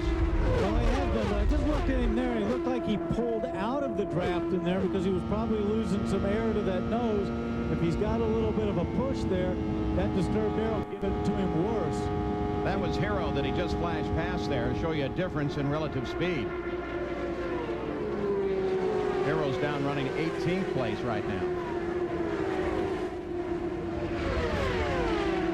I thought his move earlier on Scott Pruitt around the top was a really good move, seemed to carry the most speed.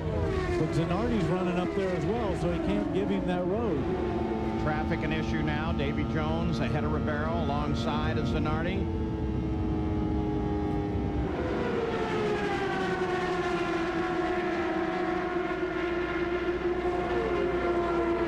Yeah, I thought when Ribeiro went in that time under Davy Jones, he had to lift a little bit, which means his car's probably pushing a little bit. Third place to Farron makes his way around Davy Jones. Here comes Fernandez. So they all clear the slower car with the exception of Pruitt, who will handle him up now. And look at as they come around Vassar.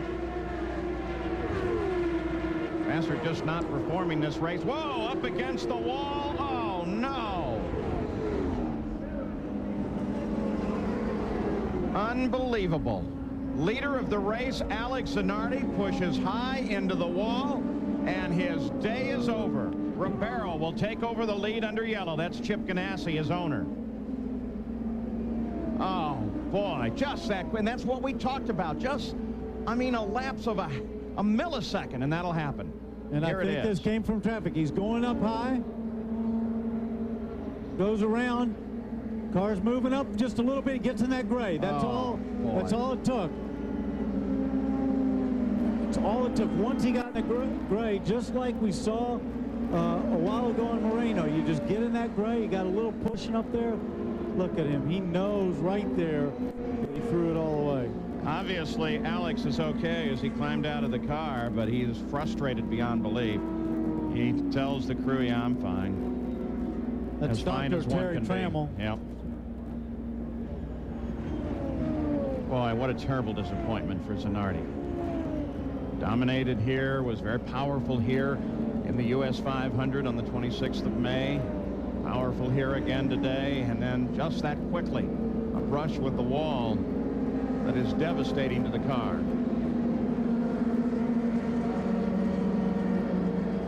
His expression says it all, doesn't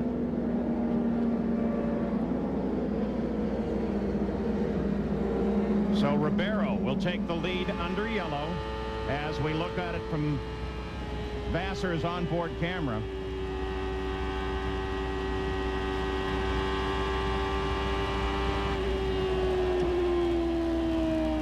Whoa, that little piece right there looked like it came back almost, I thought it made contact with Jimmy's car.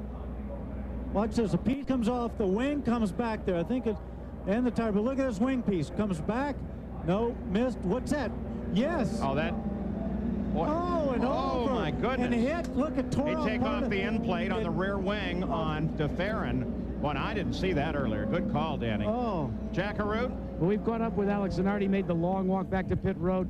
Seemed as if the car was pushing most of the day. It was going out real wide to the wall. Yeah, that's right. At the beginning of the race, the car was pushing quite badly. We put some downforce in the pit stop, and right at with the last set of tire, the car was pretty much neutral in the first lap, and then it started to go loose, and I was controlling the car. And at that lap, I went wide to pass Jimmy, and with the rear went. I tried to control it, but I couldn't stay off the wall. A tough break for Alex Zanardi, Gary Gerald. Here's another tough break. Gilles DeFerrin, and we were trying to get word to the booth that, yes, we knew he had damage to the rear. They pulled out the spare, but Jim Hall said, I don't know if we're going to have to change it. We may just get another end plate or side plate. Now they're going to take him off the jack, send him back out, and I suspect we may see him back here as they'll make a decision. Jim, can you tell us what you're going to do here? Yeah, it just looks like it only tore the end plate off the wing. Everything looks sound back there. I think we're okay, but it probably would have to see how we get the balance of the car. We had to make an adjustment. How tough is that without an end plate on the rear wing? How tough will it be for handling? Well, it'll just reduce the rear downforce a little. As long as we balance it out, it'll probably be okay, but we had to guess on the balance. Thanks a lot. And here's the accident again. You can see the debris was the key factor here. Right there, look at that tire go up in the air right here. That tire is going to move up, goes up in the air. Oh, that's lucky, and catches his rear. It looked like the rear tire as well, and the rear end plate, and just takes it off. DeFerrin locks the brakes up, as you can see from that right rear. but he doesn't want to hit him too hard. He doesn't want to get into the wall himself. Ribeiro wisely moved way down. We'll look from Ribeiro's point of view, Danny. Yeah, he's going up there. He's following him. He knows he's in trouble. You see Marty start to move down. Touches. There's Zanardi touches it, and you see him pulling the car back down. He wants to get away from that debris or possibly that car turning left. Keeps on the throttle and gets through. And I'm not so sure that there may not be some other issues with the DeFerrin car other than the side plate on the left rear of the rear wing of the car. The front wings look like they may not be. They're supposed to droop down a bit, but I wonder if they're exactly right. We'll check.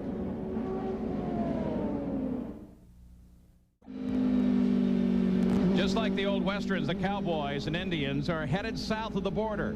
NFL preseason football goes prime time as the world champion Dallas Cowboys meet the Kansas City Chiefs in Monterrey, Mexico. That's next Monday at 8 Eastern, 5 Pacific, right here on ABC Sports. Well, we're ready to go back. Green flag once again at Michigan International as you ride on Jimmy Vassar's shoulder. And here is what brought the yellow out for this session. Alex Zanardi in the lead, losing it up into the wall. His tire taking out first the yellow lights, bouncing off the track, nicking the edge of Gil DeFerrin's rear wing. That giving the lead under yellow to Andrew Ribeiro, and Zanardi had led 394 of the 930 laps this season to that point. And we're ready again. As we are beyond the halfway point, should it rain, it's an official race, and Gil DeFerrin tries to work Ribeiro for the lead. Of course, Gil DeFerrin has a really tough job right now. He wants to get back up into that lead, doesn't want to lose ground, but he's not sure how the car is going to handle it. Because when you take that little end plate off the left side of the wing, it spills some more air out, reduces your amount of downforce at the back of the car, and he doesn't know exactly what that balance is going to be like, so he's feeling it out.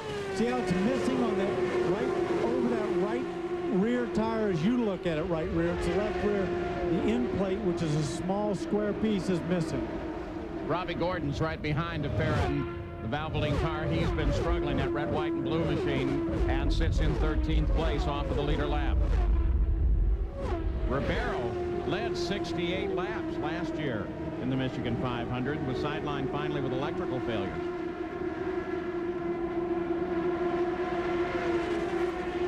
Scott Pruitt now closing up behind Robbie Gordon. As Al Unser Jr., boy, look at that. 4 wide, one of them a slower car, but nonetheless. That's Fernandez, Salazar, Gugelman. Whoa. And you know what? It wasn't even for position. Gugelman and Fernandez were, but the other two were just trying to get a good view.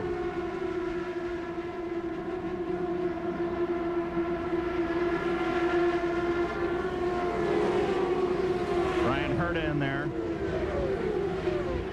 Herta down below Salazar. That looks like Maurizio's teammate right there behind, trying to close up, Mark Blundell.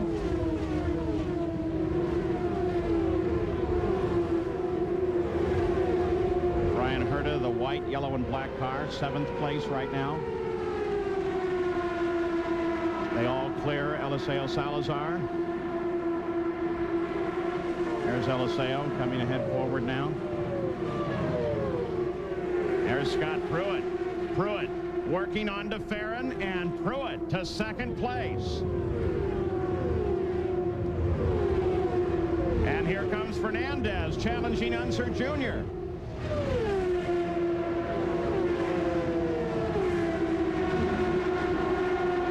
So that quickly up at the front.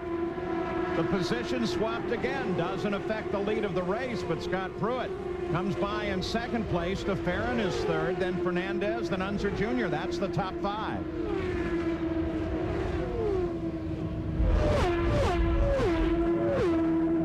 ...141 laps complete. 109 to go. Ribeiro now is pulling away from 2nd place. But here comes Fernandez to work on DeFerrin for 3rd.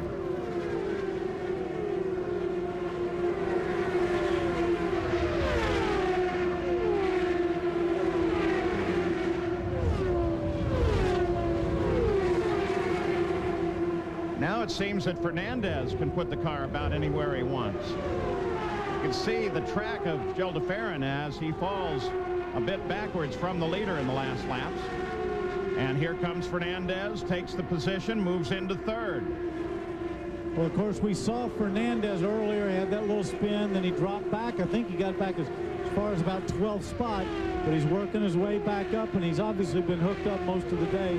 And, of course, being in the same team with Ribeiro, these guys have probably got a pretty similar setup. It's interesting that in the top three, the leader of the race had his problem having to make an extra stop, and then Fernandez had that problem in the pits, and yet here they are at the front. Paul, I really believe that that's the nature of most 500-mile races. You just got to be managing your problems all day long. You'll get a set of tires that's not as good as the other. You get a traffic problem, get little things going wrong. You just got to stay right there on the leaderboard, similar to what we're seeing from Al Unser Jr., who's not really been at the front that much, but he's right there in that lead pack. And, you know, that's when he's most dangerous, is when he's just hanging with you. Because there's a guy that knows this track perfectly. They do a lot of testing here. That makes sense. Roger Penske owns the Speedway, owns the team. Is that what you were doing in '85? That was just managing down there in the South Chute at Indy? Well, it was a little bit different. But see, don't forget, we've still got over 100 laps to go in this race. There's still a whole lot of racing going on. That's 200 miles. Gilles de Ferran was up toward the front, now is beginning to fall backwards, Gary. Paul, down here in the pits, they've taken the spare wing, and you can see this, they've removed the side or end plate from the rear wing spare. They have it. This is the configuration he's running on the track now. Now, if we come up here, you can see this spare end plate. This is the size of what we're talking about that is missing, that is impacting the balance on the car. I just talked with Jim Hall. He says the car is pushing more than we would hope, but we're going to have to leave him out there until we can come in and make an adjustment. They don't intend to put this side plate on. They think that they can still run without it, but they've got more than a push, and compounding the problem was when that debris came back, it took out his left side mirror, so he's having a very difficult time charting traffic, so they're trying to help him on the radio in that respect. Fernandez made a move for second on Pruitt, didn't get it done.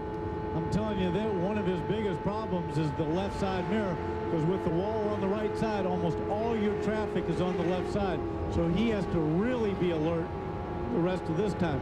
Now, the one thing that surprises me, if he took that end plate out and it reduces the amount of downforce, why has he got so much push? Because that's usually an increase in downforce on the rear, clouds the front of the car. I can't explain it. I'm sitting here thinking, I was wondering what the effect of taking the end plate off the wing. I mean, it's not a decorative item. It helps dam the air and put it cleanly over and under the wing. It holds the air in, right, so it travels out, sucks it underneath the wing and pulls it out. If you don't have that end plate on, it just kind of spills off the wing and falls out underneath it. Now Al Unser Jr. under attack by Brian Herta. Herta, the black and white car, some yellow trim on it. Unser Jr., the red and white car, the left of the screen. The fight is for fifth. Mauricio Gugelmin, who is part of this argument, sits just behind them, Gary Gerald. Jim Hall watching down here, and I'm not sure if we can get a word with him or not, Paul. He's been in conference with the engineers on his team, with the Renard design engineers of the chassis, and they're contemplating the changes that they may have to make a bit later on. Jim, tell us now what he's telling you and your concerns and how this car handles. Well, it's not quite right. It's okay, but it's not quite right. The fine-tuning of these cars is pretty delicate, and we made an adjustment to try to compensate for the missing part of the rear wing, and we missed it just a little bit.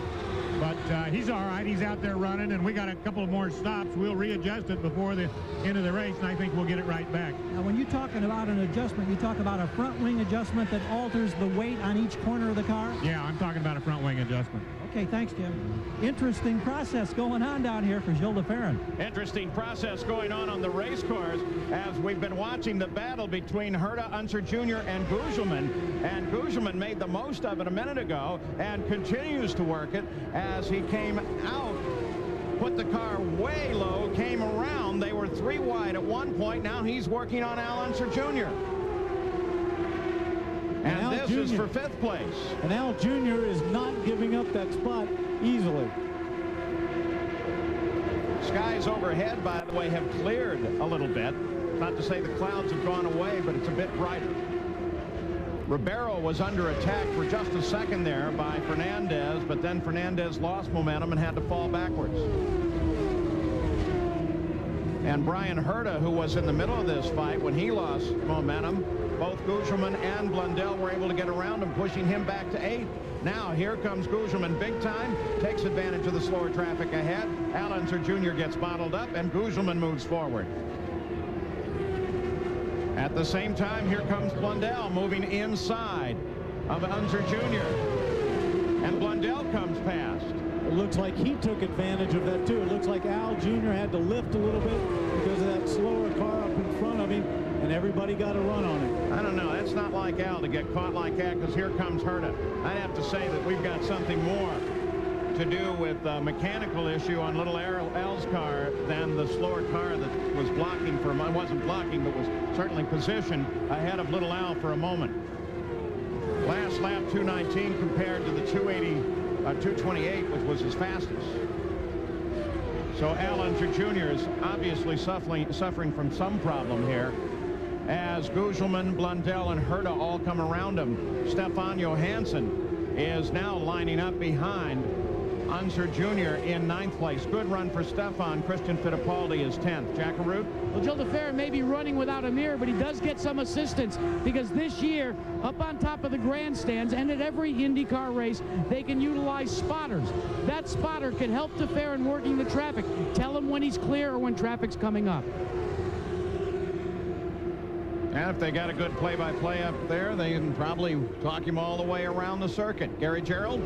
Checking on the situation with Al Unser Jr., talking with members of the team. He has a push condition, tough to turn in the corner. It is complicated, we understand, when he gets in heavy traffic, and that's what he has been battling. And of course, you're kind of at the mercy, I guess, in that situation. You can't make an adjustment to the car without making a pit stop. So he's trying to fight through it until his next stop.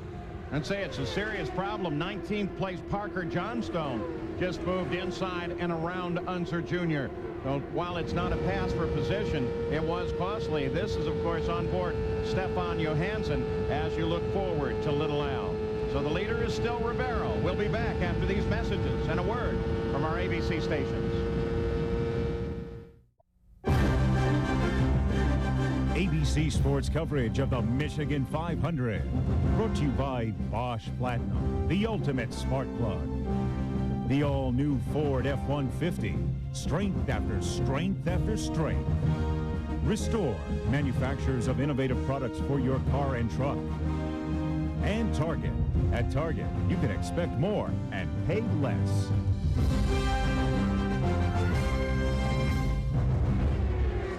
Back at the Michigan 500, there's Andre Ribeiro. He's the leader of the race, but it's a battle within the team now. The Tasman team runs first and second. Right behind him is the Ducati car, Adrian Fernandez, 2 Honda-powered machines, and Fernandez is very definitely closing in. He's just been whittling down that interval. Gary Gerald? Well, more problems for Gilles de Ferran. Now the handling problem has become such that they're concerned there may be another problem other than just the loss of that end plate. Jim Hall is shaking his head, said we don't know what it is, but something is not right. It's not handling the way we think it should be. They have half shafts and other pieces out here in case they've got a problem going relating to wheel bearings or something like that. But we saw a couple of failures earlier on Honda-powered cars. Andre Ribeiro comes out around, puts Christian Fittipaldi another lap down. And now Adrian Fernandez gets it done. But pit stops are closing down on us. Should be somewhere within the next 4 laps or so.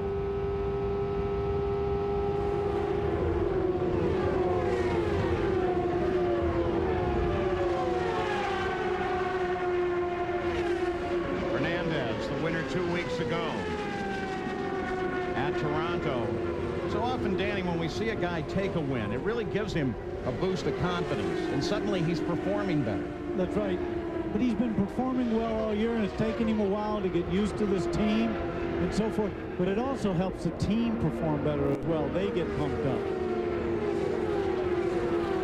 You don't think on this pit stop that's coming up in a few laps that there's not going to be some inter-team rivalry right there with the first and second place, and both of those are team cars. There's P.J. Jones, well off the pace now, and we expect would be coming in shortly. 166 complete, 84 to go. Theron, of course, for him this will be a critical pit stop. Ribeiro, we've got yellow, and we've got it for debris at what is a very opportune time for the leaders of the race.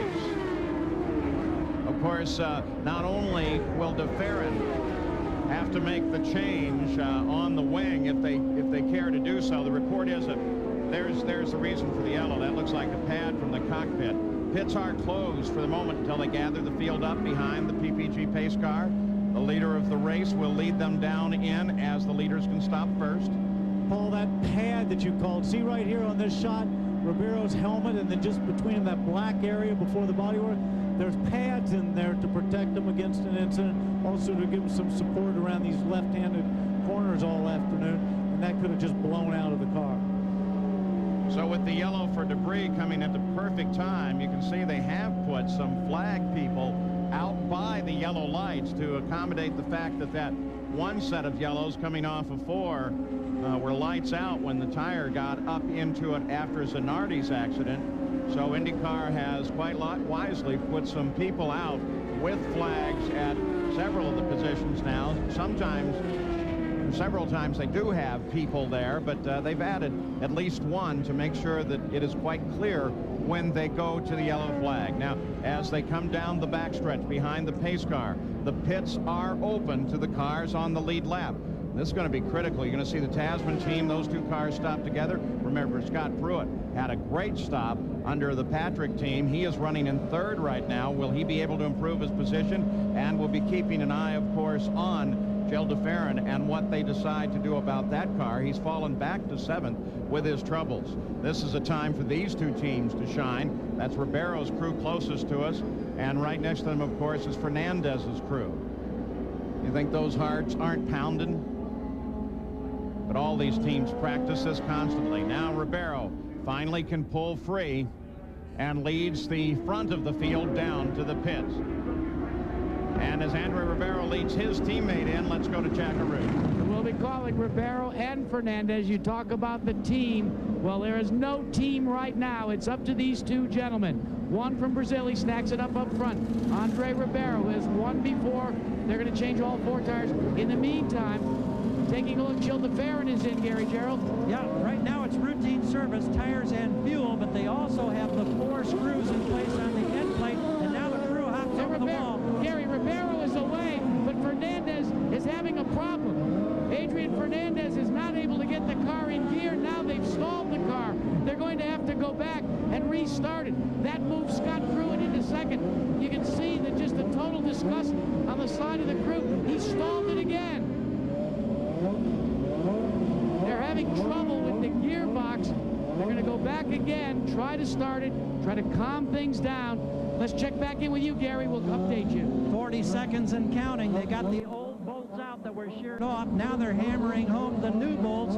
DeFerrin blips the throttle. 48 seconds and he's rolling. And here's the problem with Adrian Fernandez. It looks as if the car is literally stuck in gear. Every time they try to start it, the car jumps forward. So this is a problem for Adrian Fernandez, and it is a very costly one, gentlemen.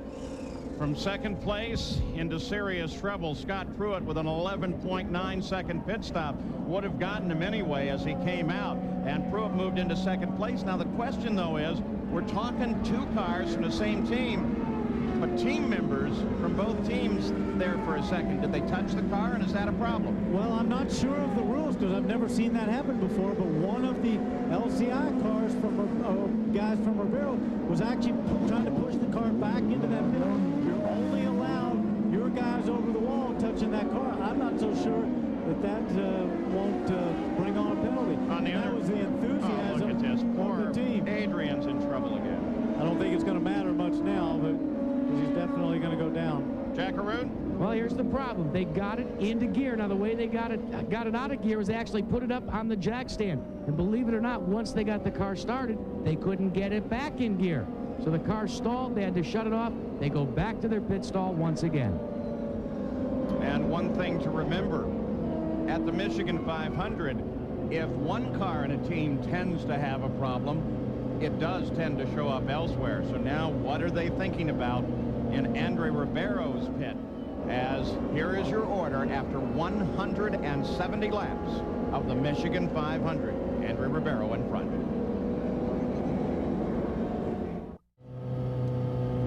Back still under yellow at the Michigan 500. Andre Ribeiro, you ride with him now.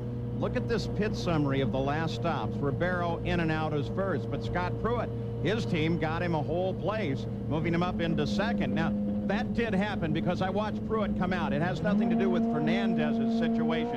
And Mauricio Guzman came forward to third place with that stop. Gary Gerald?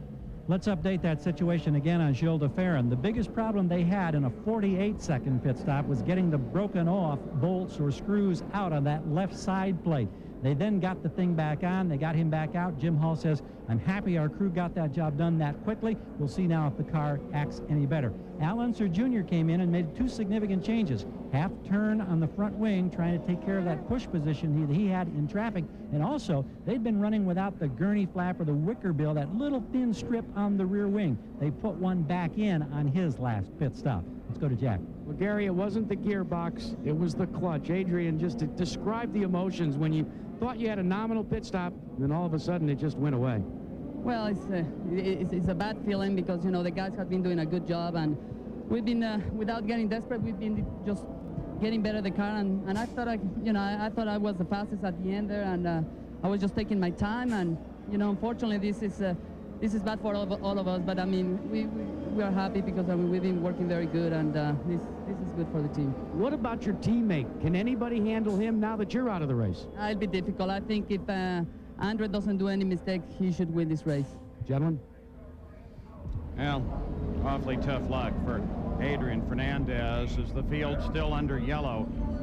Right behind the PPG pace car down low, of course, that's Ribeiro. That's Raul Boisel sitting up high. And then followed is the 20 car of Scott Pruitt. Christian Fittipaldi is there. There's Mauricio Guzman with the red, white, and blue car, yellow helmet. That's Eliseo Salazar with the sticker tires just behind him. Brian Herta is the black and white car. Robbie Gordon up high. Remember, the fast guys, the guys on the lead lap, are down low. There's the team car, the Visa car. That's Mark Blundell. He's the team car, of course, Mauricio Guzman. There's the points leader, Jimmy Vasser, who currently is out of the points on this race, too, save for the one that he earned as a result of taking the pole position. So that kind of throws everything to this car, Al Unser Jr., the 2 car, red and white, because as he continues to soldier in 6th place, and if he can come forward now, he's earning the points needed to put him into the top of the championship fight. And there, all the way at the back, Parker Johnstone and Greg Moore. There's Stefan Johansson, who is having a pretty good day here, sitting now in 7th place. De Ferran, Hero. Here comes Parker.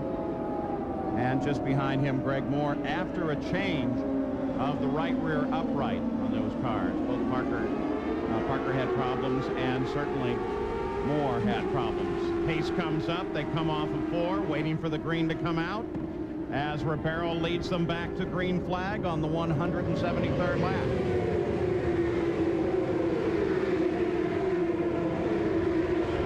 Guzman kind of gets trapped. Brian Herta back just a bit as well, so the start really paying off for the leader of the race, Andre Ribeiro. He gets a good run on everybody. Now here comes Scott Pruitt, and Guzman is able to come out and around Raul Boisel, who was in with the lap down group. So back in pursuit once again. Well, maybe not quite out and around. Here comes Brian Herta down low. Robbie Gordon and Boisel stay up high as the faster cars close, and Herta's really closing in. There's Brian Herta down on the inside of Robbie Gordon, the shell car. Still, he can't seem to get the momentum up, and now Unser Jr. is closing on Brian Herta. Unser Jr. running high, but those are slower cars ahead. This is going to get tight. Gordon comes alongside Boisel. Al Unser comes down inside Gordon, gets around Herta. Al is hooked up there. He just sliced through that. Went high, came back down through the middle, went down low. He's happy with his car right now. Yeah, changes apparently work for little Al. It's one thing that's always been brilliant about Penske racing. He did this with Rick Mears better than anybody. Car wasn't always good. They fiddled with the car all the way through the race. At the end of the race, they had the car where they wanted it. Well, I can remember Rick Mears going over a lap down, and the team just steadily working him back to the lead, eventually the win.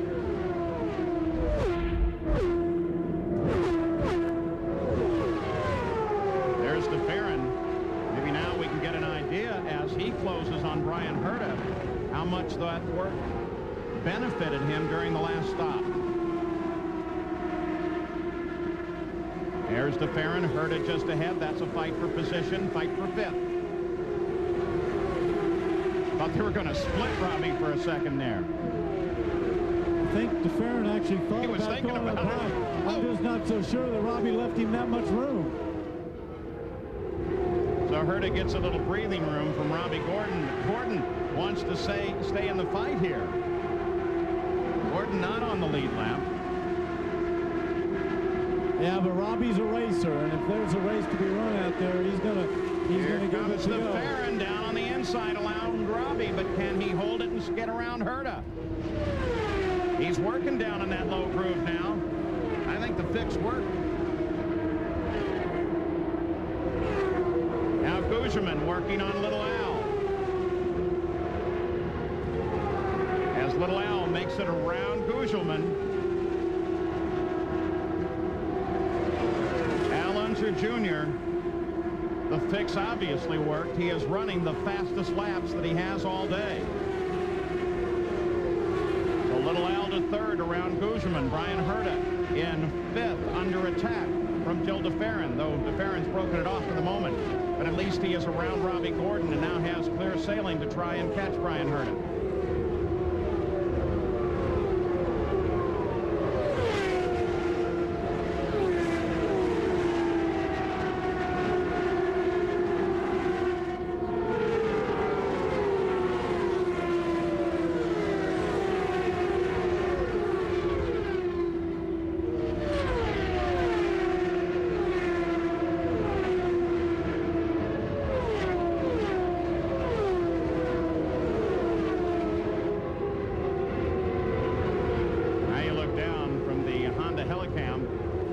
Michigan International here at that continuing battle between DeFerrin and Herta.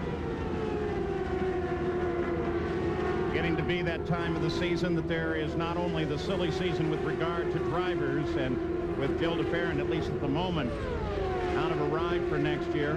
That should start all the maneuvering for real, and very shortly we should hear about that. Also a lot of talk about the schedule. Let's talk about where IndyCar will be going in the future. Good indication in Japan. I even know a guy in China says he would like to bring an IndyCar race to China. DeFerrin reels him in. Ribeiro still the leader. Pruitt is still second. Unser Jr. third. Here comes DeFerrin trying for fifth. And there's fifth place. We go back up to the front of the field. Andre Ribeiro on the left of the screen leads it. And Scott Pruitt, that interval is closing too. Yeah, Scott's car looks like it's working awful well. I don't think Ribeiro can be too conservative right now. He wants to stretch that out a little bit. 67 laps to go. We're now getting down to that final 100 miles where you step the pace up and you go racing for serious. So I think they've been racing seriously the entire day. Gary Gerald? Quick word from Scott Pruitt. He is reporting a very slight push, but prior to that last round of pit stops, he declined any change in the wing configuration. So you know he's got to be happy as he continues to stalk. And it looks like as he flashes by us that he's closed right in within a car length or so of Ribeiro. Oh, not just closed in. He tried to get a nose under him, but that try cost him. He lost momentum, had to go high, and has now fallen back. 5 different drivers have scored their first career win in the Michigan 500. Take a look at the top 5 right now. got it. At least Mauricio Guzman has a chance of doing that. At one time, we had 3 guys who had never scored a win up in the top 5. And the battle has been right here at the front of the field throughout the day.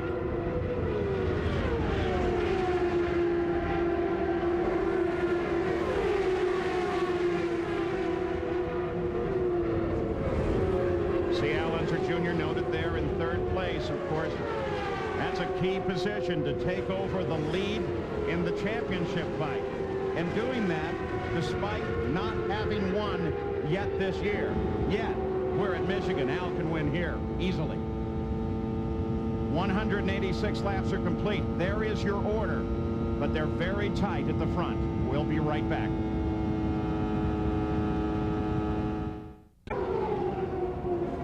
Gil DeFerrin is in trouble. It's not the aerodynamic trouble. It's something entirely different now. He's suddenly slowed, Danny. Did you see it wiggling going down that straightaway? The car was walking back there at the back.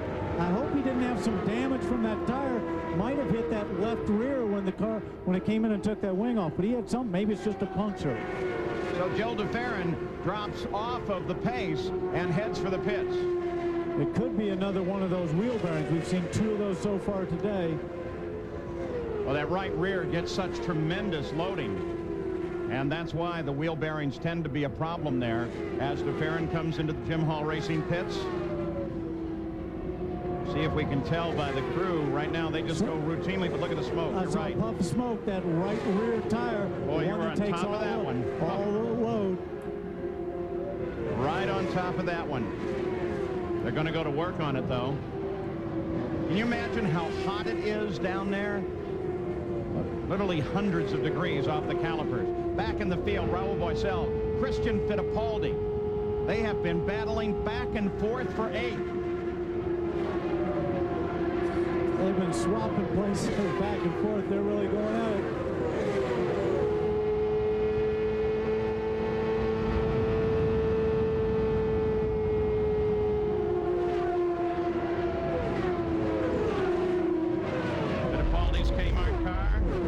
Saves back. Boesel's going to come right back at him. Here comes Boesel. 2 fellow Brazilians. Look, he's trying to get around the outside.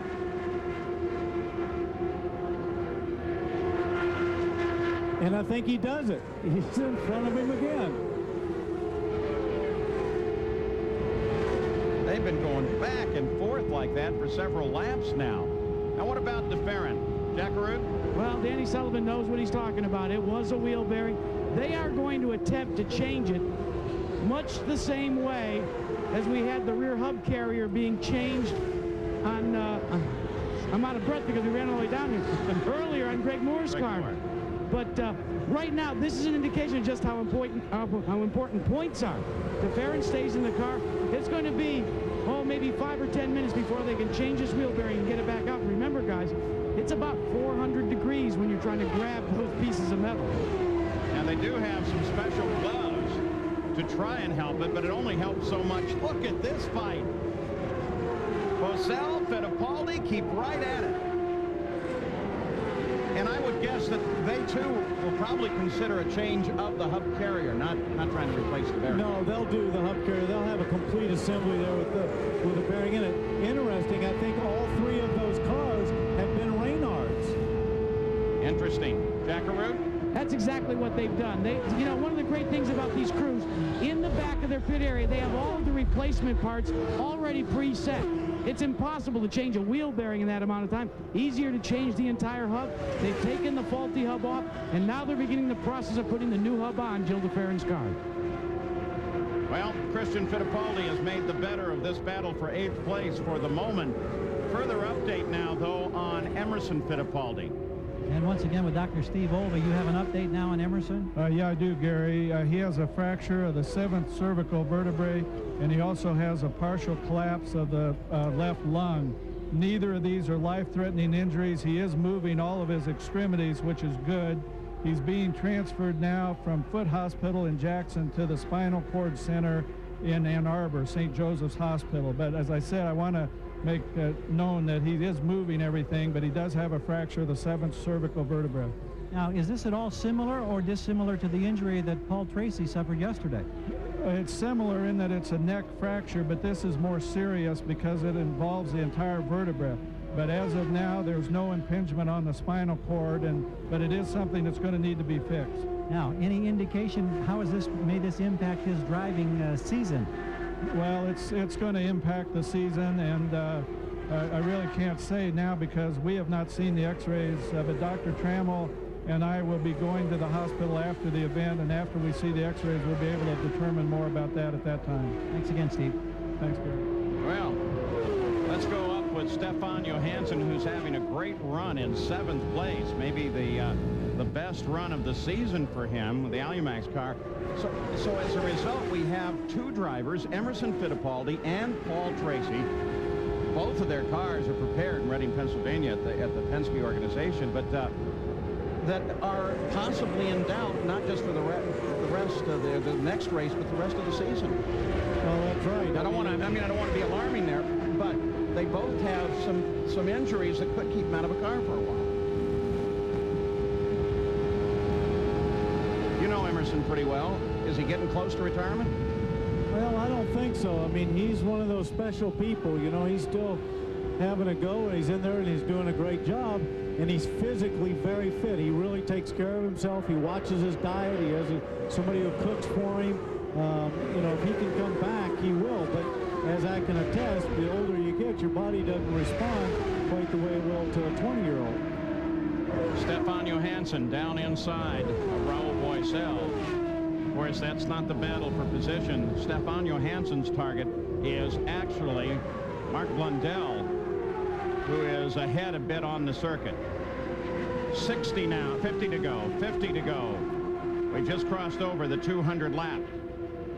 And let's go back up to the front. Ribeiro is leading by 2.1 seconds over Scott Pruitt. Mauricio Guzman not far behind Pruitt. Then Unser Jr., then Brian Herta. That's your top 5.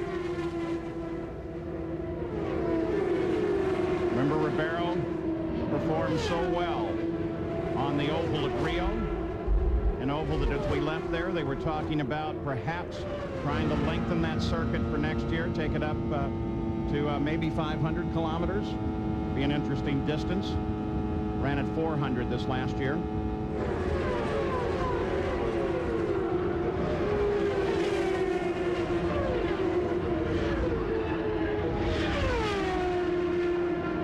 By the way, Al Arciero and Cal Wells both were here. Their car, of course, the one driven by Jeff Krosnoff at Toronto.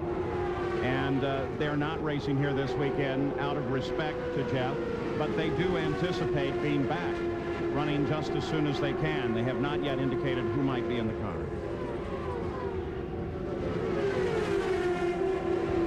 So Andrew Ribeiro by about 3 seconds over Scott Pruitt as we move to the closing laps, the Michigan 500. We'll be back after these messages and a word from our ABC stations.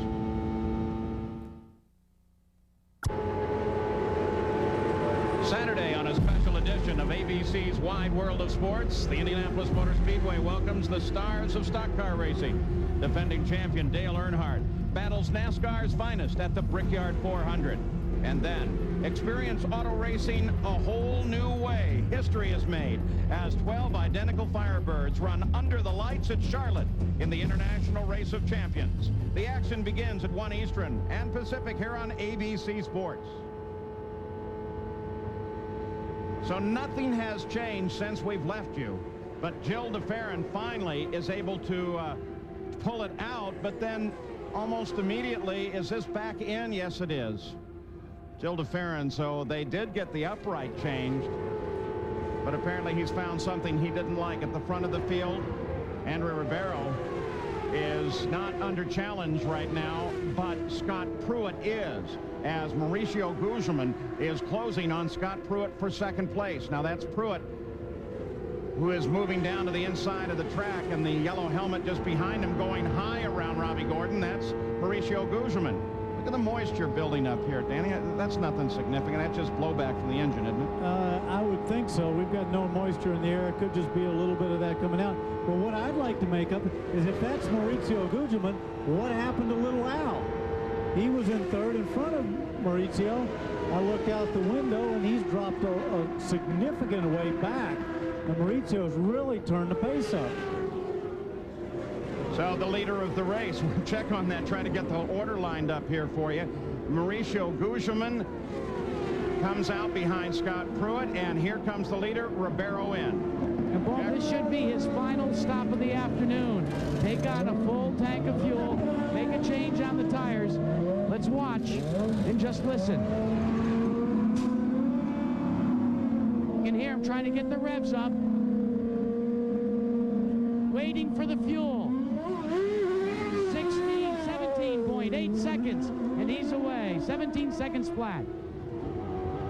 So Ribeiro in and out of the pits, this time under the green flag. Mauricio Gugelmin picks up the lead. Here comes Scott Pruitt in. He was second place. Al Unser Jr. stopped as well. You saw him rolling. Gary? 2 sensational stops under 11 seconds for the Patrick team earlier. Keep in mind now, though, as this fuel load in the tank, it takes longer to get through with gravity, so this won't be as quick. We've got him at 13.5. It's very smooth. Scott Pruitt, another nice spot for Patrick Racing. So now under green flag in the closing laps of the Michigan 500. The leaders begin their stops. Little Al. Well, I saw him come in and make his stop, and I observed and put some binoculars to my eyes, looked down there, and I didn't see him make a change. I didn't see him do something to the car, so he must be happy with it. I don't know why he took by. Look at Ribeiro as he comes flying around Pruitt. Sorry, didn't mean to interrupt. Here is Gugelmin, who had assumed the lead of the race, coming in for his stop. 213 flaps, so this stop will carry everybody to the end. Going to change all 4. They are not sticker tires. They're tires that they know something about. They're well marked up. So they've run them in here in practice. And Gugelmin is underway and pulls the visor down. And he heads back into the fight.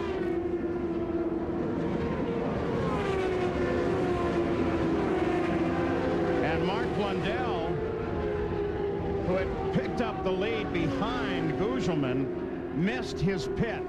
So that means all the way around again. So that's very costly for Mark Blundell. Let's go back to Gary Gerald. From the Penske cab, it was a 16.2 second stop for Al Unser Jr., and the crew told us that they did put in a half turn of wing on Junior's car, trying to trim up the characteristics for their final run now toward the checkered flag. Everybody should be tuning in just as they make those last stops, hoping that they can get what they need into the car as Ribeiro comes across the line to exert his lead of the race once again. Scott Pruitt is in second. But now Andrew Ribeiro has some breathing room. He's got about 2.5 seconds on Scott Pruitt.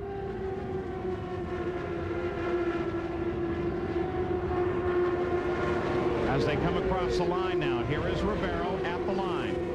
There is Pruitt. 2 seconds, not all that much, is it?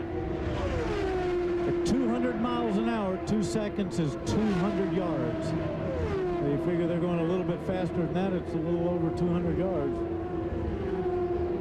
And yet when you're in the car, it can be a long, long way. Yep. One thing not to forget, even if you catch them, you still got to pass them. Ribeiro, Pruitt, Gugelmin, Unser Jr., Brian Herta. They're the top 5. We'll give them to you with 34 laps to go. Ribeiro, for the moment at least, can take it a little bit easy. He's got some traffic to deal with, but he doesn't have the pressure from behind at the moment. Scott Pruitt trying to pick up any draft he can, right? Absolutely. He wants somebody to pull him down that straightaway and help him close up on that gap. He's going to take all the help he can get. Around Davy Jones, in behind Salazar. Around Salazar.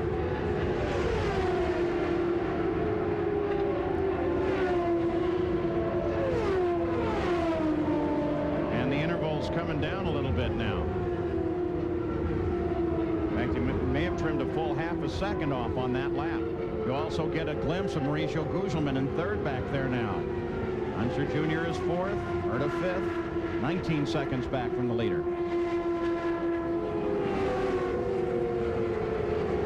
Moving to the closing laps now. Brian Herta sits in fifth, Gary Gerald. And Bobby Rahal, who was out of the race, and we talked to him earlier, now in street clothes and with a headset and a radio on, talking with the engineers and talking to his driver. They made no changes on their last stop. They like the way the car is working, but of course now everybody's starting to run out of time. Brian Herta in fifth place, and we're counting down to about, what, 30 laps to go, Paul? Yep, we're down with 219.31 to go. And here was that last set of stops made under green. Brian Herta making the difference there, in sixth, out in fifth. Everybody else maintained position. In sixth place now, Stefan Johansson. Best finish thus far has been sixth at Australia. Looks like he's going to match it. 13 different lead changes today thus far among 7 different drivers. One of the nicest men in the sport, too. Easygoing, casual. Yeah, very talented guy. Has designs watches, designs furniture. Designs a go-kart track. Just opened a go-kart track in Indiana. In fact, if you come to Indianapolis this week for the Brickyard, Danny, I'll be more than happy to beat you on that go-kart track. Yeah. In your dreams. You, of course, will be part of the Brickyard 400 with us this week as Bob Jenkins and Benny Parsons join us. Yes, I'm looking forward to that. So on board Johansson. For the minute, the battle at the front is closing down. We'll be back.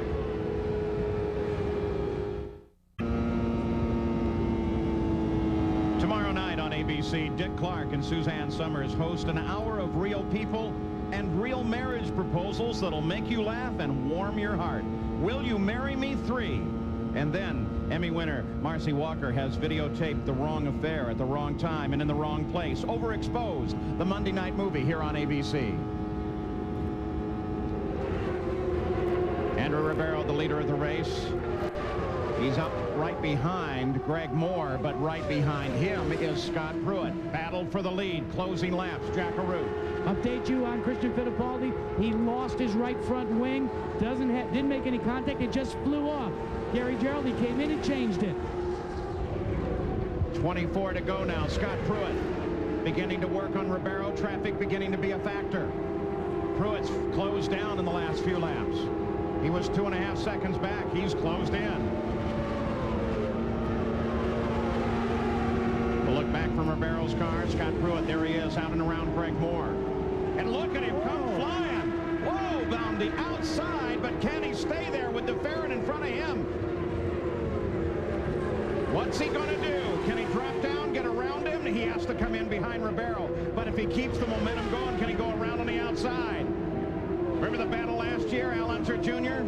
and Scott Pruitt eventually decided in Scott's favor. Whoa! Drop back a little there, Scotty. Now he looks for room on the outside again, going into 3. Sorry about that, Paul, but that was close. No, don't apologize. This is great. Scott Pruitt now up high once again. Again, he has a slower car in front of him. Stefan Johansson, but Stefan comes down. He's not sure where to go. He's got the leaders behind him. Scott Pruitt comes down the center. Scott Pruitt still trying to hold it. 3 abreast through there. And it looks like he's going to make it stick. And more traffic ahead as Scott Pruitt takes the lead of the race. But the game goes to Ribeiro now with traffic just ahead. Let me update you on Ribeiro's problems. He's developed a severe push, guys. That's going to create the way he gets through this traffic. Oh, and Scott Pruitt threads the needle again. Ribeiro now says, I'll get right behind him. They were 5 wide. That was 5. I'm sorry, Paul. This is about as good as it gets this late in a 500-miler. And those guys are all trying to figure out how to get out of their way, and these guys are racing. So Scott Pruitt has made his move, while Ribeiro is obviously fighting a car that is a problem, as Jack Arute has mentioned to you. It's the first time that Scott Pruitt has led a race since the first lap at Detroit, where he led from the pole.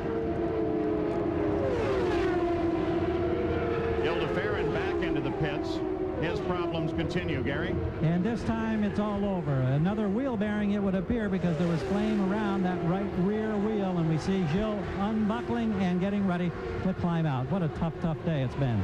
Now, he was very definitely a factor while he was there. Scott Pruitt. Is this going to be back-to-back Michigan 500 wins for Scott? I think that's something we haven't had for a long time. Mauricio Gugelmin is another 5 seconds back from this battle. So he's still within attack range. 18 laps to go. Some pretty serious names out of this race. Fittipaldi, Ray Hall, Roberto Moreno fell out. Michael Andretti, Alex Zanardi while leading. Adrian Fernandez was running in second, and now we add Gilles de Ferran's name to that list. And if Al Unser Jr. can continue where he is in 5th place, then maybe he leaves here today with the lead in the points fight. Jimmy Vasser, as we've been tracking that points battle for you, is sitting down in 12th, 1 point.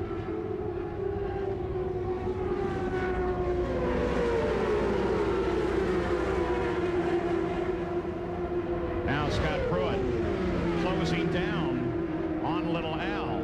So ready to lap the 5th place car. And look at Ribeiro. Ribeiro comes back at him. Drag race down the backstretch. Again, more traffic ahead. Ribeiro pushes to the lead.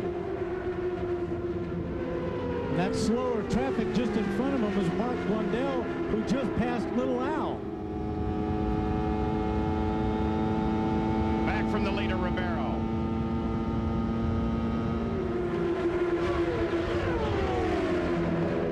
Well, if he was having a handling problem, he may have solved it now. You can work in the car with the anti-roll bars, can't you? Absolutely. So he comes around Mark Blundell, puts Blundell down. And in turn 4, we've got trouble. Look at the debris. You can see it back from Ribeiro's car. It's Parker Johnstone. Parker Johnstone gets into the wall heavy on the left side, but threw his steering wheel clear even as he was coming off the wall and quickly climbs out. Is he all right? No, he's not. Parker took a pretty good lick. Car came off of the wall hard, and there's quite a bit of debris up there in the corner. You could see it from the rear view on Ribeiro's car. Look at all that. That's got to be cleaned up, and there's no telling who ran through that and how it might affect the race. So we're under our 8th caution of the day. A lot of parts and pieces. Wonder what got him up there. I don't know. But what that's going to do is, of course, put all of those in the battle. Certainly the top 3, Ribeiro, Pruitt, and Gugelmin, all right together as they'll come back and sprint to the finish. Gary Gerald? While they work up there in the cleanup, Gilles de Ferran is now out of the car, 2 wheel bearings in one day. I know it's got to be frustrating, basically in terms of your championship hopes. Tell us about it. Yeah, it was a real shame because we were running really well up until, you know, when Zanardi crashed right in front of us. The wheel really got us. And from then we experienced a little bit of difficulty with the handling after that. But before that, the car was really working well. But even so, I mean, for sure, we could have finished in the top 6, which really would have helped us in the championship. How close was that piece of debris or wheel assembly when it came back on the left side? It had to be awful close to your head. For you to have an idea, it took off the left-hand side mirror, and the whole screen of the car is all black with tire mark. So, I mean, I guess it was my lucky day after all. Thank you, Joe. Thank you. What a nice man, Gilles de Ferran. Good description, too, of how tight that was. So while we wait for a full report on Parker Johnstone, we are under yellow. They have to clean up the course, and we'll come back for that sprint to the checkered. We told you about the unusual in the Michigan 500. Here's another case of it. Scott Pruitt, they were monitoring back and forth on the two-way radio. They said the engine was in trouble, and then just a second ago, Pruitt radioed in, it's pitched. There is Pat Patrick. He's the owner of the team. So close, and yet so far away. Now, back to green flag. Ribeiro leads it. Challenging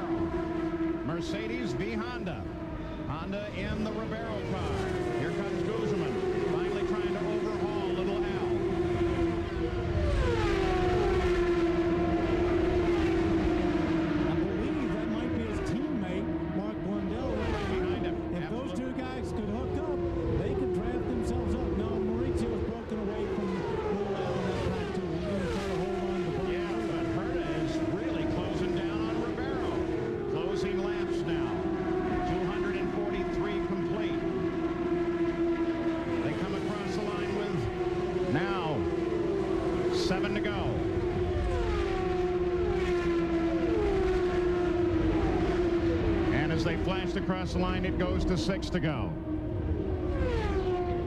On the backstretch.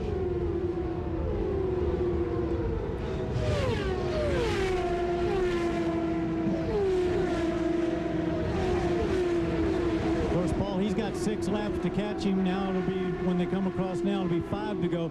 He's got that to catch him, but he still has to pass him if he does catch him. Absolutely. Herta right there. So is Gugelman with 5 to go.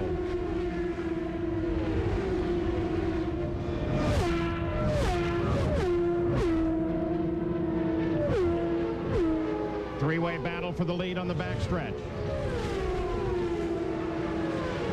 Ribeiro, apparently well aware of Herta's presence now, begins to pull away.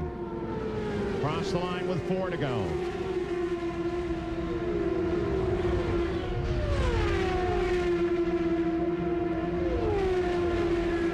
He lost a 10th on that last lap.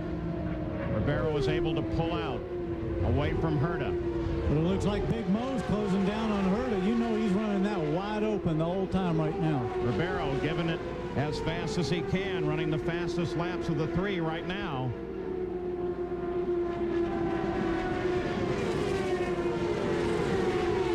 And there's no question about it. Gugelman is closing on second place, Brian Herta. The interval at the lead lengthens out. Ribeiro's pulled out 3/10.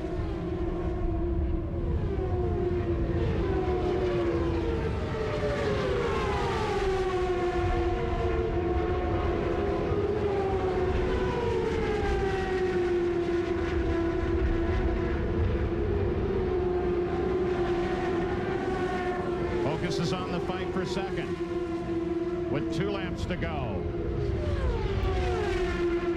And Ribeiro pulls out another 10th. He was 1.4 ahead of Brian Herta. Stefan Johansson is able to come out and around Mark Blundell, and Johansson moves into the top 5, currently running 5th.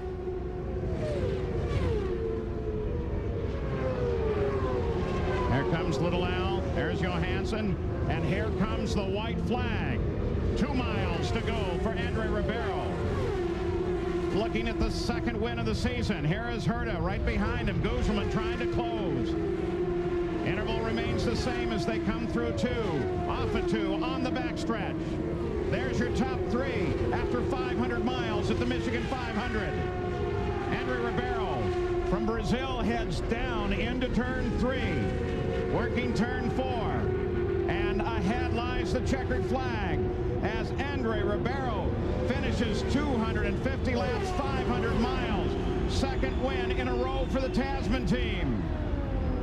Followed by Herta, Gugelman. And Al Unser Jr. comes across in 4th. And Stefan Johansson in 5th. Blundell is 6th. So Al Unser Jr. is in the championship catbird seat as he moves to the top of the order. But look at Ribeiro. Boy, is he happy about this one. Oh, my. Here's Steve Horn once again with Christine. It's becoming a habit, and what a wonderful habit you must be enjoying right now. Well, certainly this was a great victory for Andre. I think we've had some good runs here before, and it's got away from him. And but what a great job the team's done with both cars. We were at the front all day, and another great victory.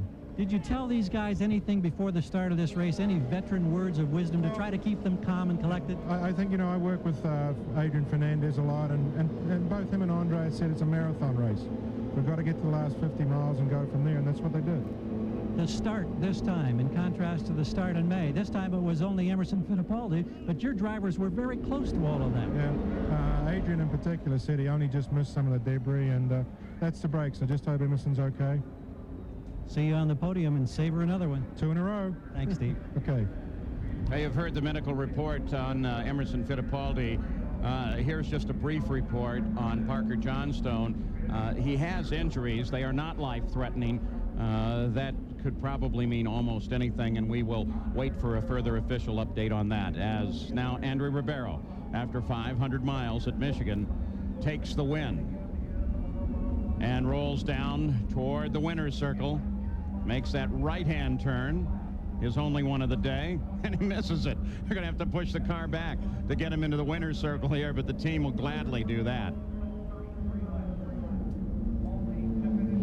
And there now, it's totally official. Andre Ribeiro is in the winner's circle and takes the win at the Michigan 500. And he studied to be a lawyer and decided instead his life as a race driver would be a lot more fun. And this is the joy that rewards that decision. I told you it was our day, didn't I? That's Christine Horn just off to the right. She's the wife of the car owner you met a moment ago, Steve Horn, and vitally part of that team. We'll be back to talk with the winner right after this. Put another new name in the winners column. Andre Ribeiro has taken the win at the Michigan 500, his first victory here. Jack Arute? Take a look at the steering wheel. Not a rounded steering wheel, more like you might see on an airplane. Well, he certainly flew fast enough, getting the congratulations. Andre, you had one more pit stop than most of the people. Were there any problems or concerns all day for you? No, I think the car was perfect. The Tasman guys made a fantastic job. But it unfortunately is a mixture of a fantastic feeling to be win, but it's a sad feeling to see the accident with Emo. I hope he's fine. We can update you on Emerson. I'm sure you haven't heard. He has a fracture in his spinal area, but he has complete use of his hands and arms. He has been transferred, so it is good news. Good. Well, makes me feel better now, definitely. Now, you won in your home country of Brazil, and now you've won in the United States of America in a 500-miler. Are there any differences? Well, it's fantastic. To be very honest, it's very difficult to put everything out, what I'm feeling. It was a tough race, but it's an incredible good feeling. It's fantastic. I'll tell you the one thing, Gary Gerald, I'm sure we're going to see in just a minute. Andre Ribeiro's trademark blink of the eye and a thumbs-up signal. Gary? We got that one down pat. Here's Brian Herta. Terrific job for a second place. In all the frustration that you and your team went through early in the season, unable to finish races, is any of that starting to feel a little more comforting now with a day like this?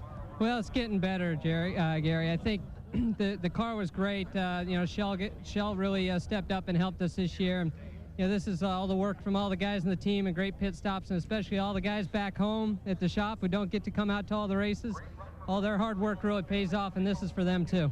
Bobby Rahal, your boss, went out early because of some problems he encountered. We saw him back then on the radio. Did he talk to you at all in the late stages of this one? Well, a little bit during the yellow. Scott Remke's on the radio, and he called the pits for me, and he did a great job. I mean, the strategy was right on, and during the yellows, when we had a little extra time, Bob came on and gave me a couple tips there for the restart. I guess it worked. All right. Go enjoy a spot on the podium. That's Brian Herta. And right over here, Mauricio Gugelmin. We'll see if we can't get Big Mo over here.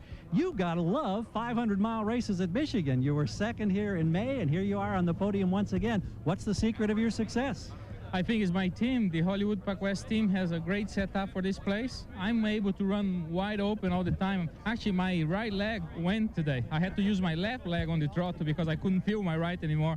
That's how hard I was pressing the throttle. But unfortunately, we didn't have the horsepower to run with these guys. But I'm happy with the day. We use our heads, and with the Emo crash, I had to pit to change my screen, so I was last in the beginning. So it was a pretty good day.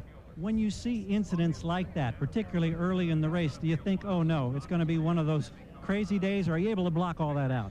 Well, to be totally honest, this place, you always on with the emergency button right there to get the eject button if you can get out, because you're always in emergency. And it's sad to see when he's a friend of you, because we're all friends anyway, that has a crash, and it's just terrible. We out there exposed to that, and you just pray for the whole 250 laps, so see if you can get away with it. Terrific job, Mo. Thank you. Jack? Gary, it's been a long time since this man had a top 5 finish. You got it today, Stefan. For Bettenhausen Motorsports, it's got to be great. Yeah, it is great. You know, especially after everything that's happened in the last couple of weeks, it was great to have a good car you could race with. You know, and this is probably the best car I've had all year, as a matter of fact. You know. Well, that's good news for the Alumex team. They're back in the top 5, Paul. Stefan Johansson, most deserving driver. This was Parker Johnstone as they loaded him onto the stretcher. Look at that. A wave to the crowd. Is that Spirit, by the way? The report is bruised knees, tender neck. They're going to send him to the hospital, get some x-rays just to make sure everything's okay. So Parker Johnstone, that's a good report for him, and he shows some real courage as he waves to the crowd. We'll be back.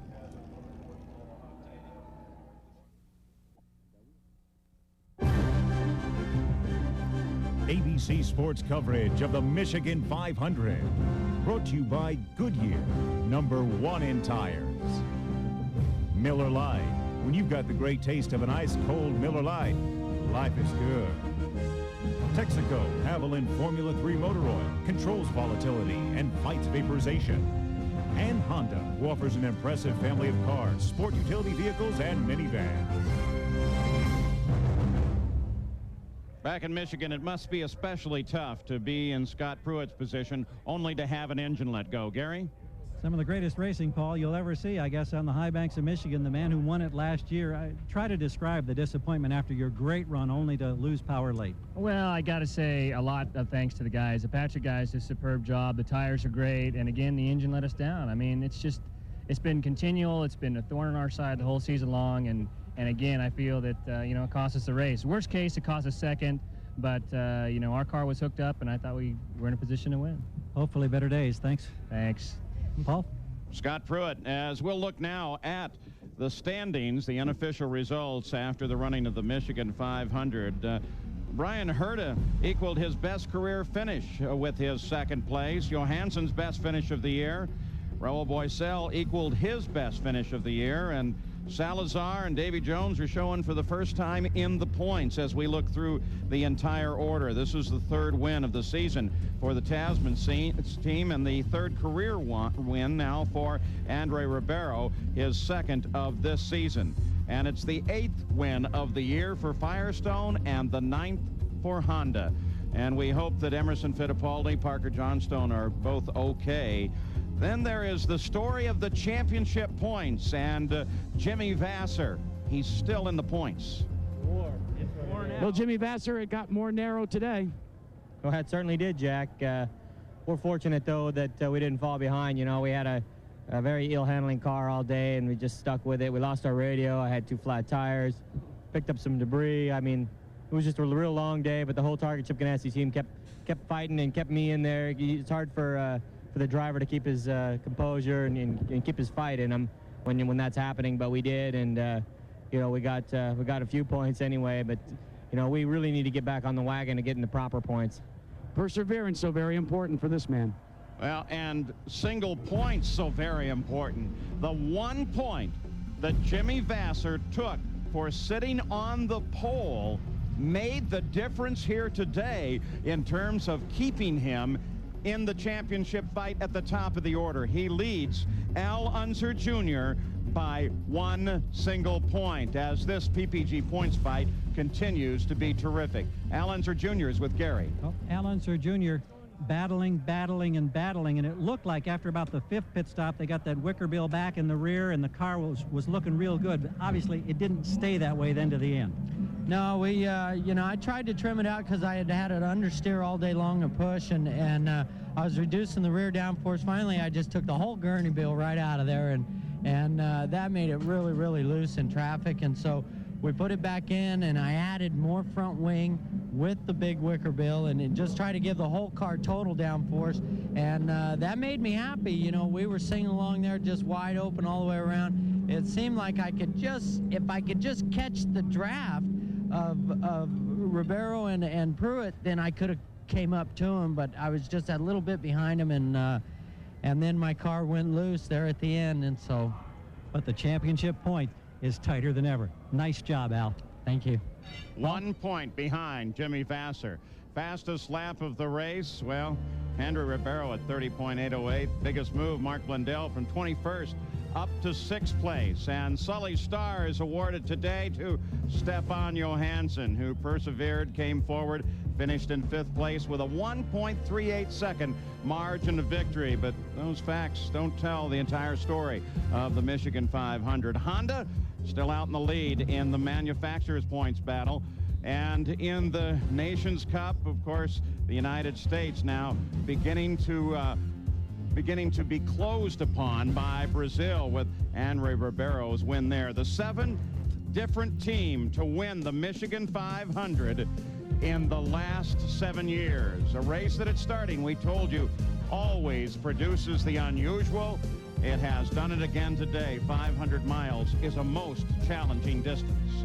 ABC Sports next week at the Brickyard 400, and then for the Indy cars in 2 weeks from today at the Mid-Ohio Sports Car Course as the fight for the championship in the Indy cars continues.